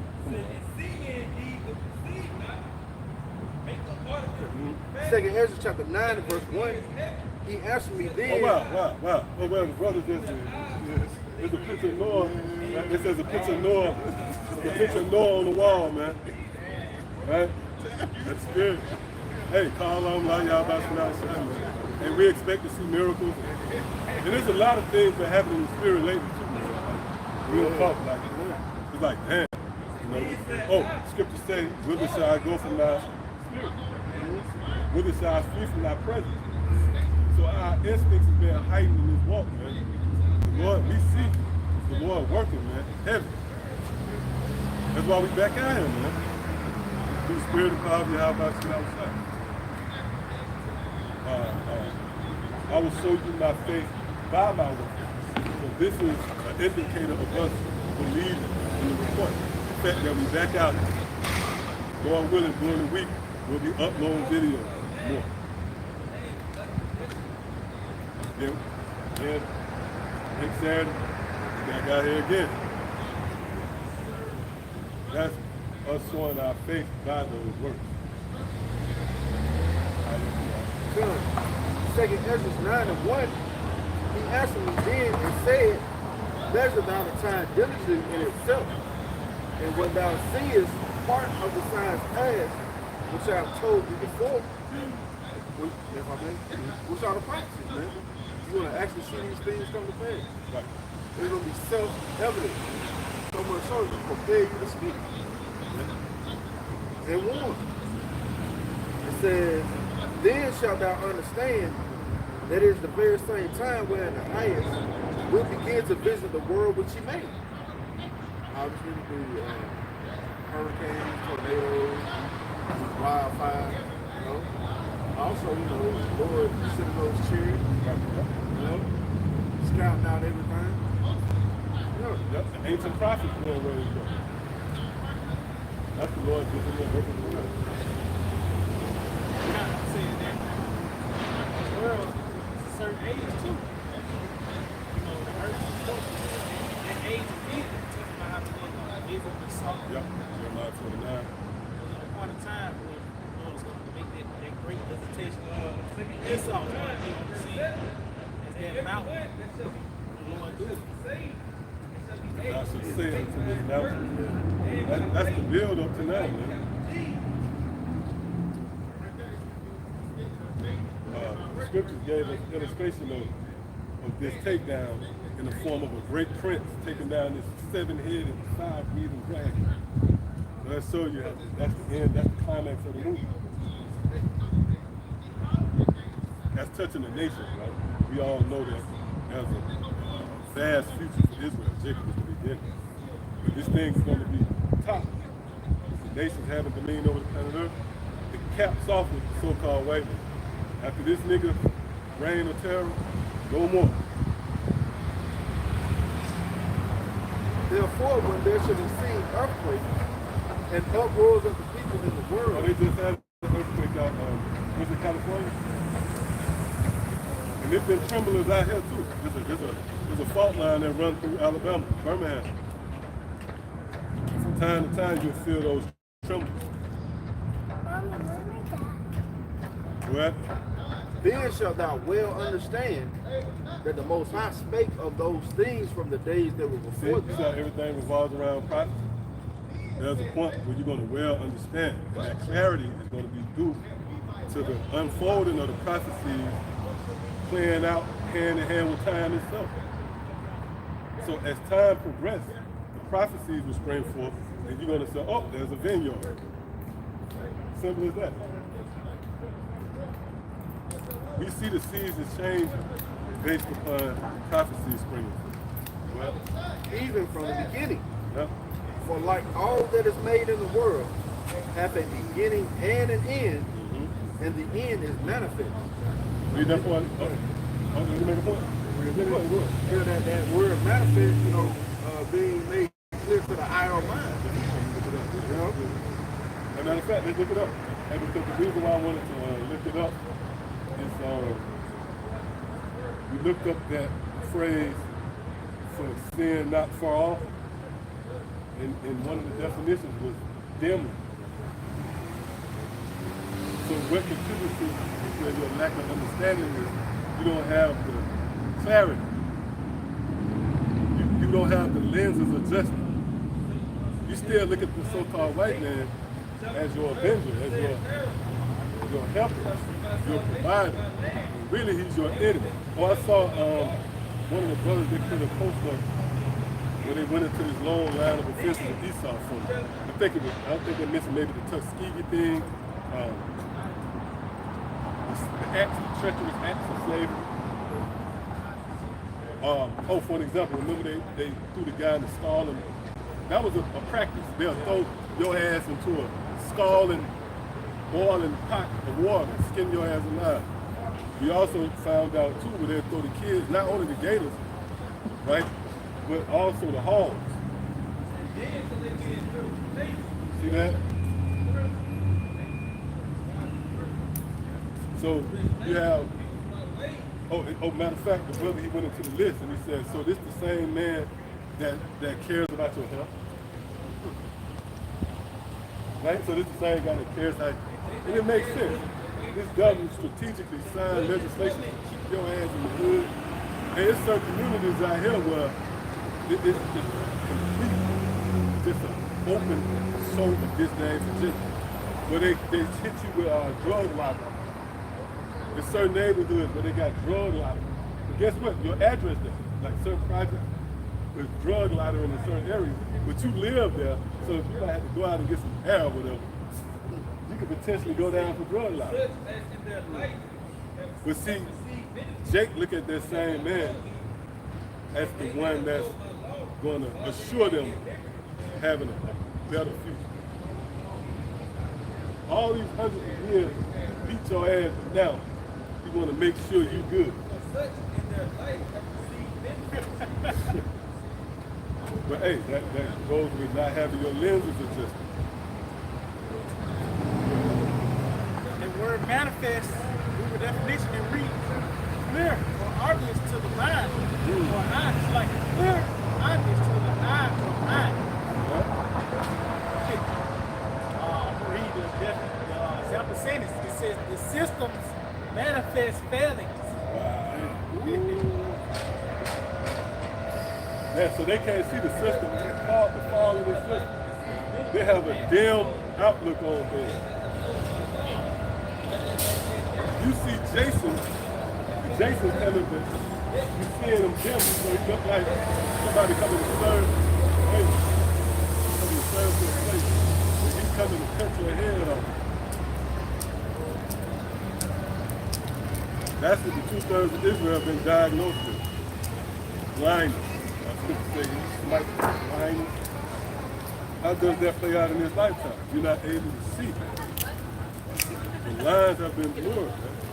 You think that this is a perpetual reality. Yep, come on.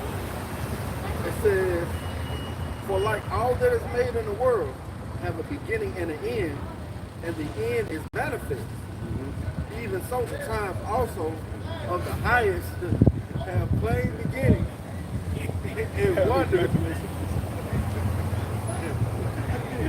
It says, even so the times also of the highest have plain beginnings and wonders and powerful works and endings and effects and signs. And endings and effects and signs. And the only way you're going to be able to pick up on those effects and signs is with eyes to see.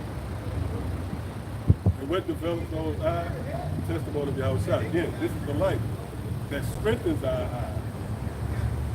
Right? So really, everybody is pondering their future, but they're not assisted with this light. So their future, the outlook of their future off. We pondering the future through the lenses of Yahushua. It's testimony. Right? This gives us a clear sight of things to come.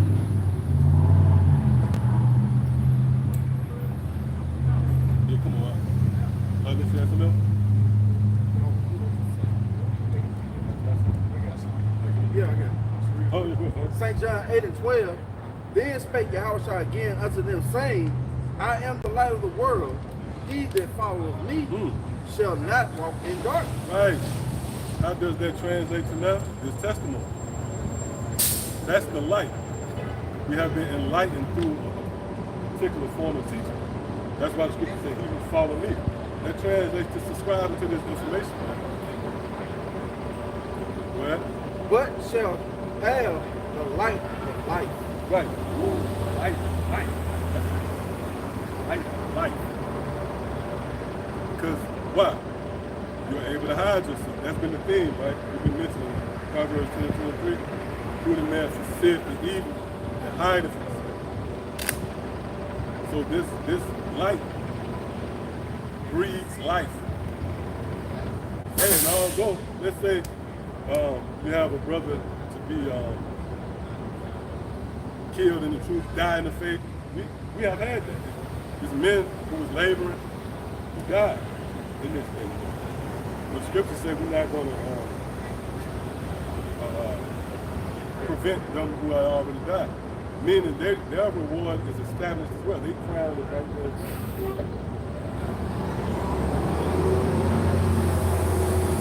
So that life is the life anyway. Though they seem to die in the sight of men. So not even death will prevent the world to come. These devils, they can set their sights on the prophet, put you to death. That's not going to somehow take away the crown. In the world to come, we're going to be governed over.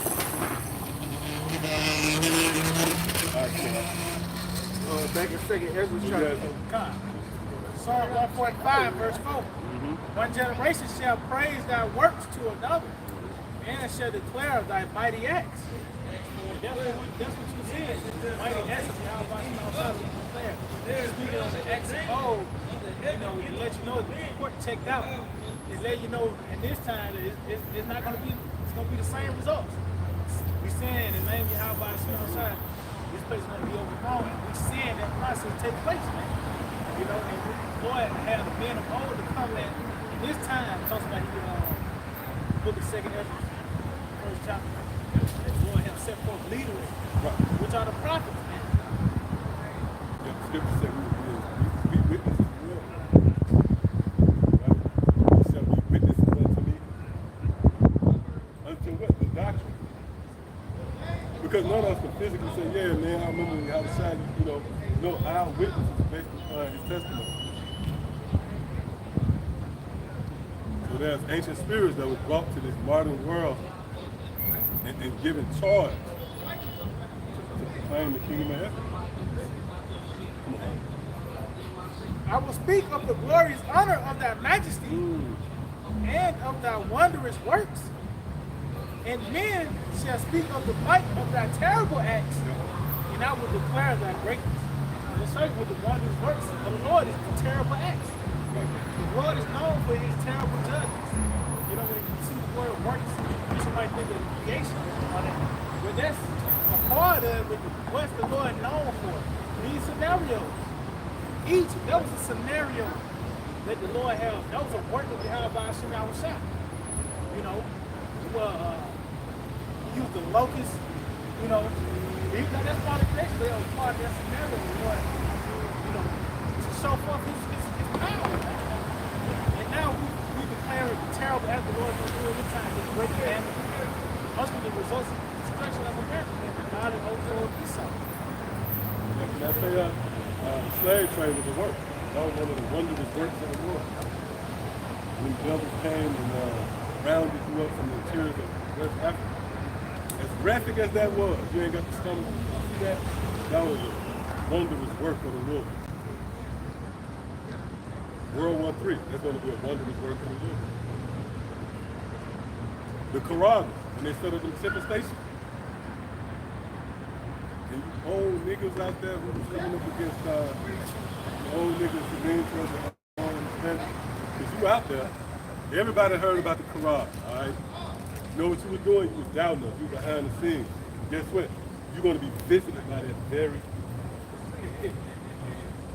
There's going to be a chilling moment for a lot of you people. You're talking all that shit, and you get an email from your job before you can proceed any further. You got an appointment already set up.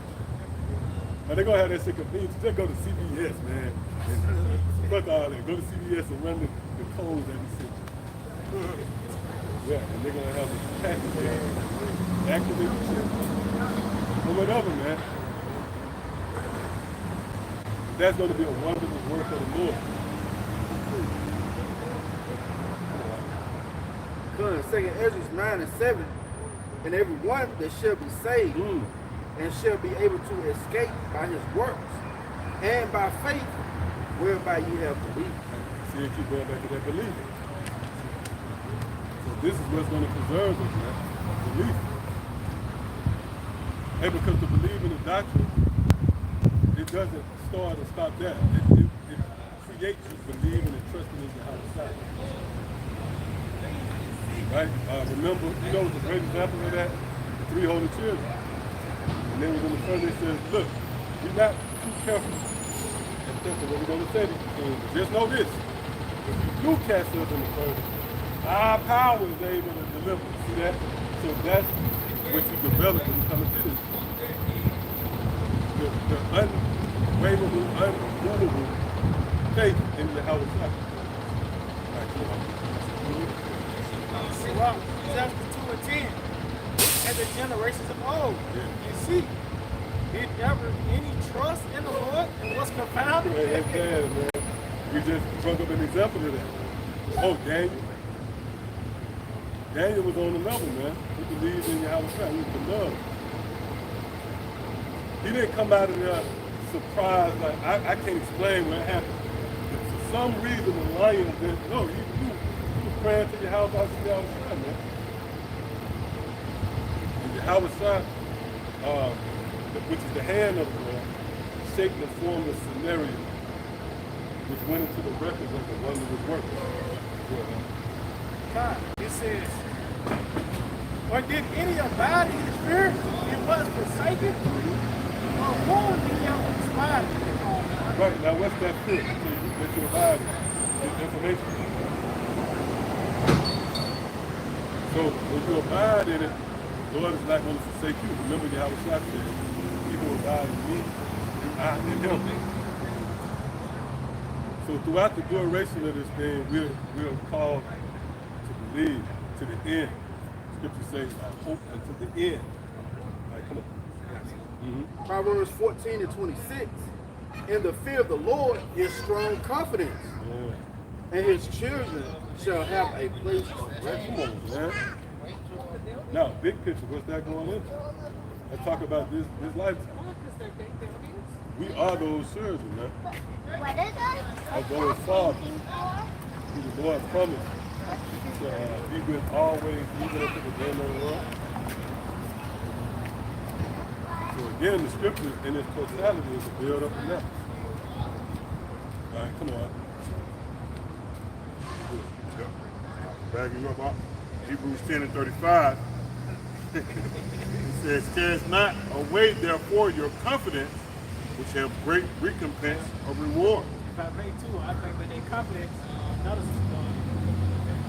thing that was in the records concerning Elisha, that Elijah and the 400 prophets. And he doubted his wood, and he told him to pour the water on the wood because he knew Yahweh Shalom was behind him. He had confidence in the Lord. So that's faith on level. Yeah, he mocked the prophets. Yeah, that's what we doing. If you believe in something so much, you're taught it. Right? See these athletes that they still right there. So our confidence is so strong while we even going to the spiritual.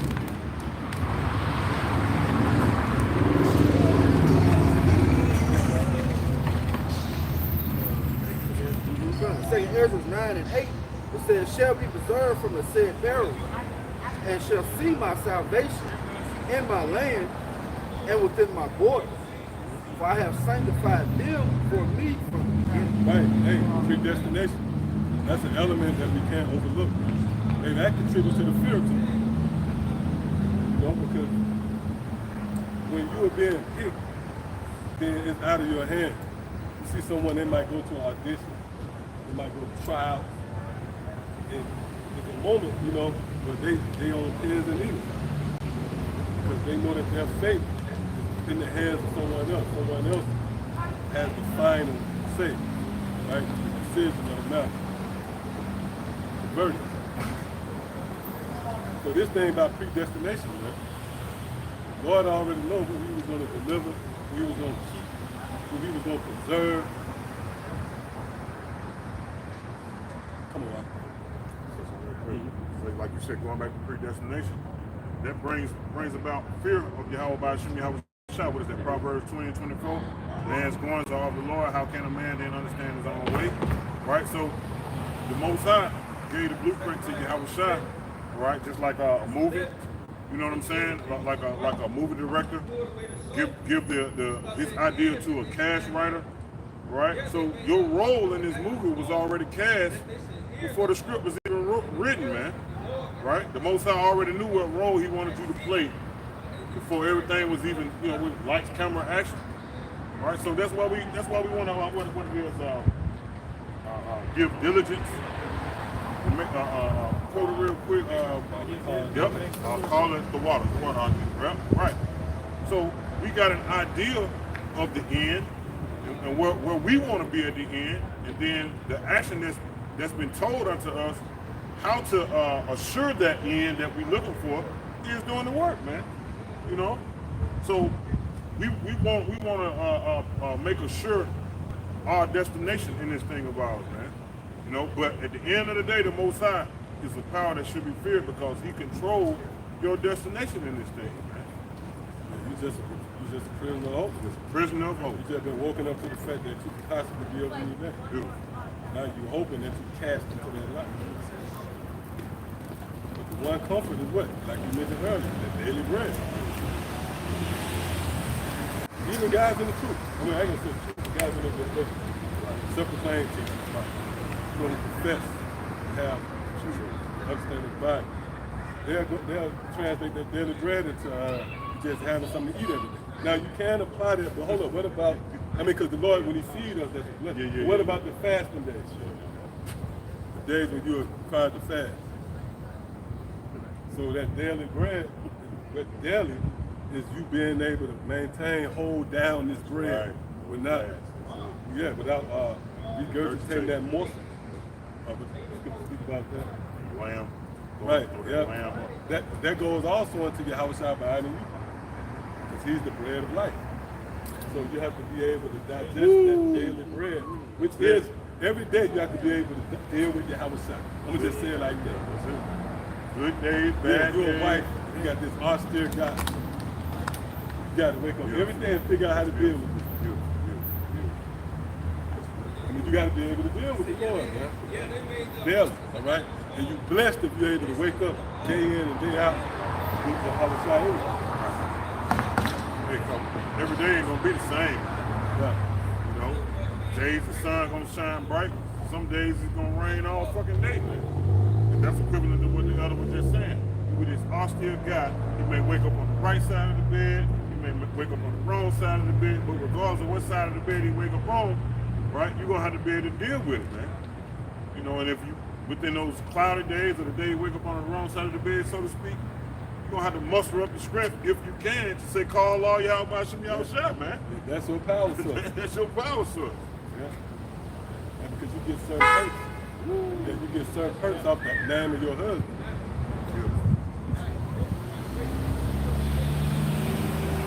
Like one would say in a carnal mindset, you know, when you was in the world before you knew better, one would say, man, you must be doing something wrong. You catching all that hell. I don't know what you believe in, you know.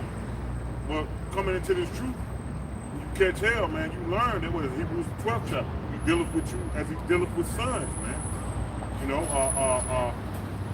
rough to paraphrase the scripture say, if you're not catching hell for real, what it's saying, if you're not catching hell, he don't deal, you ain't the son of the Most High. You know, that's what it's saying. So if you catching hell, you know, like the elder said, just going back to those different days, you know, every day is different. You got to be able to deal with your house sound all day. You know, you got to be in the mindset of when them days when the sun ain't shining, he's dealing with you the most. You know, because from those good days, you don't learn shit. Right? You may smile or whatever. You may feel okay. But the scripture also speaks about that the end of our joy is sadness, man. You know?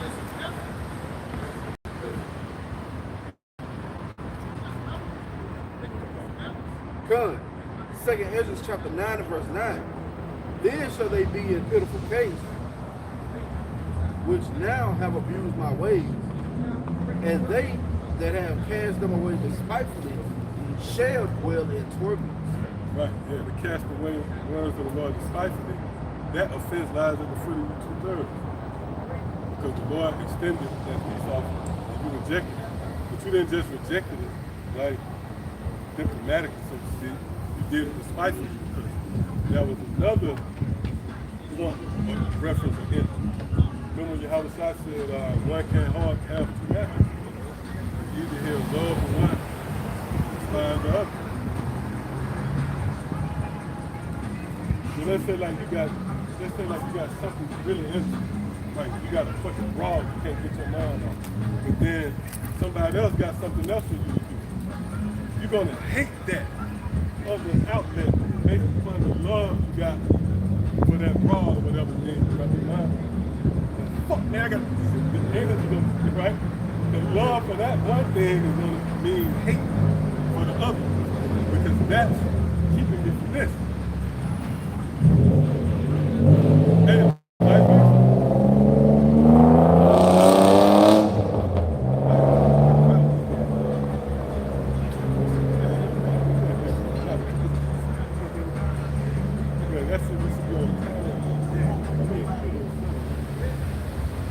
but yeah, vice versa, right?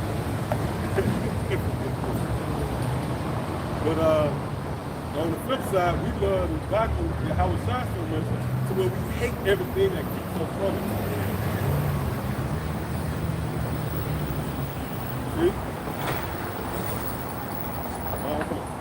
Proverbs 8, start at verse 35. Yeah. For whoso findeth me findeth life, and shall obtain favor of the Lord. But he that sinneth against me wrongeth his own soul. Right, so you see what's that statement? What? All that hate me love death. That's it, man. So when you hate the doctrine, that means by default you love death. That's a cold statement right there. All those who hate me love death. Because outside of your house is nothing but death. So really that's where your love lies. See? Going back to Elder said, outside of Yahushua is death, right? St. John 1 and verse 4, it says, in him was life, right? It says, in him was life, and the life was the light of men. You know, going back to what you said earlier too about that light, man. You know, once Yahushua light your candle through the mercy of the Most High, allowing him to do so, right? You got a chance to continue in the path of life, man. Right? Because you're not in the darkness no more. Right? You're in the know. Okay? And when you're in the know, it leads you on the right path, man. She good. She'll run right on it. That's all good. She go ahead. Go ahead, man. Go ahead. Don't walk on it, no. Go around it. She can walk on it. It's all good. All right. St. John 1. She want to listen. St. John 1 and verse 4, it says, in him was life, and the light was the light of men, and the light shine up in the darkness, and the darkness comprehend it not. They go back to the original point and make it early. About being near. That's it. They can't wrap their mind around comprehend me with they hold over the mind. With the mind. Because it's a thought that's far beyond their comprehension. The idea of the outside and the angel, the host of heaven. How could we expound on these things to someone who's God? That's expound on the return of the outside. And not just one of these blatant dead bodies. One of these guys who serve as a symbol of wisdom, a nigga with a tassel. You can't break through to them niggas around. You can't break their mind and get them to understand the strange teachings of Yahushua. Why? Because they have been, I was supposed to say, even their conscience is defiled. Pure is only unto the pure. Right, those are defiled. It's nothing pure. Right? So that means everything that they touch is defiled. You know? Everything is tainted. And that goes really back to Esau. And where he had pagan, what's this, about 13? Whoso touches pits shall be defiled therewith. So pretty much there's a blot, there's a stain on your reason. So with that, I want to give all praise, honor, and glory to Yahweh, Ba'ashem, Yahushua, Ba'ashem, Rakakwadash. Double honors to our teachers, the head apostles, the elders of the millstones. Shalom to the fellow neighbors out there, and God will believe in the Shalom, ETA, Bible, soon. Very soon.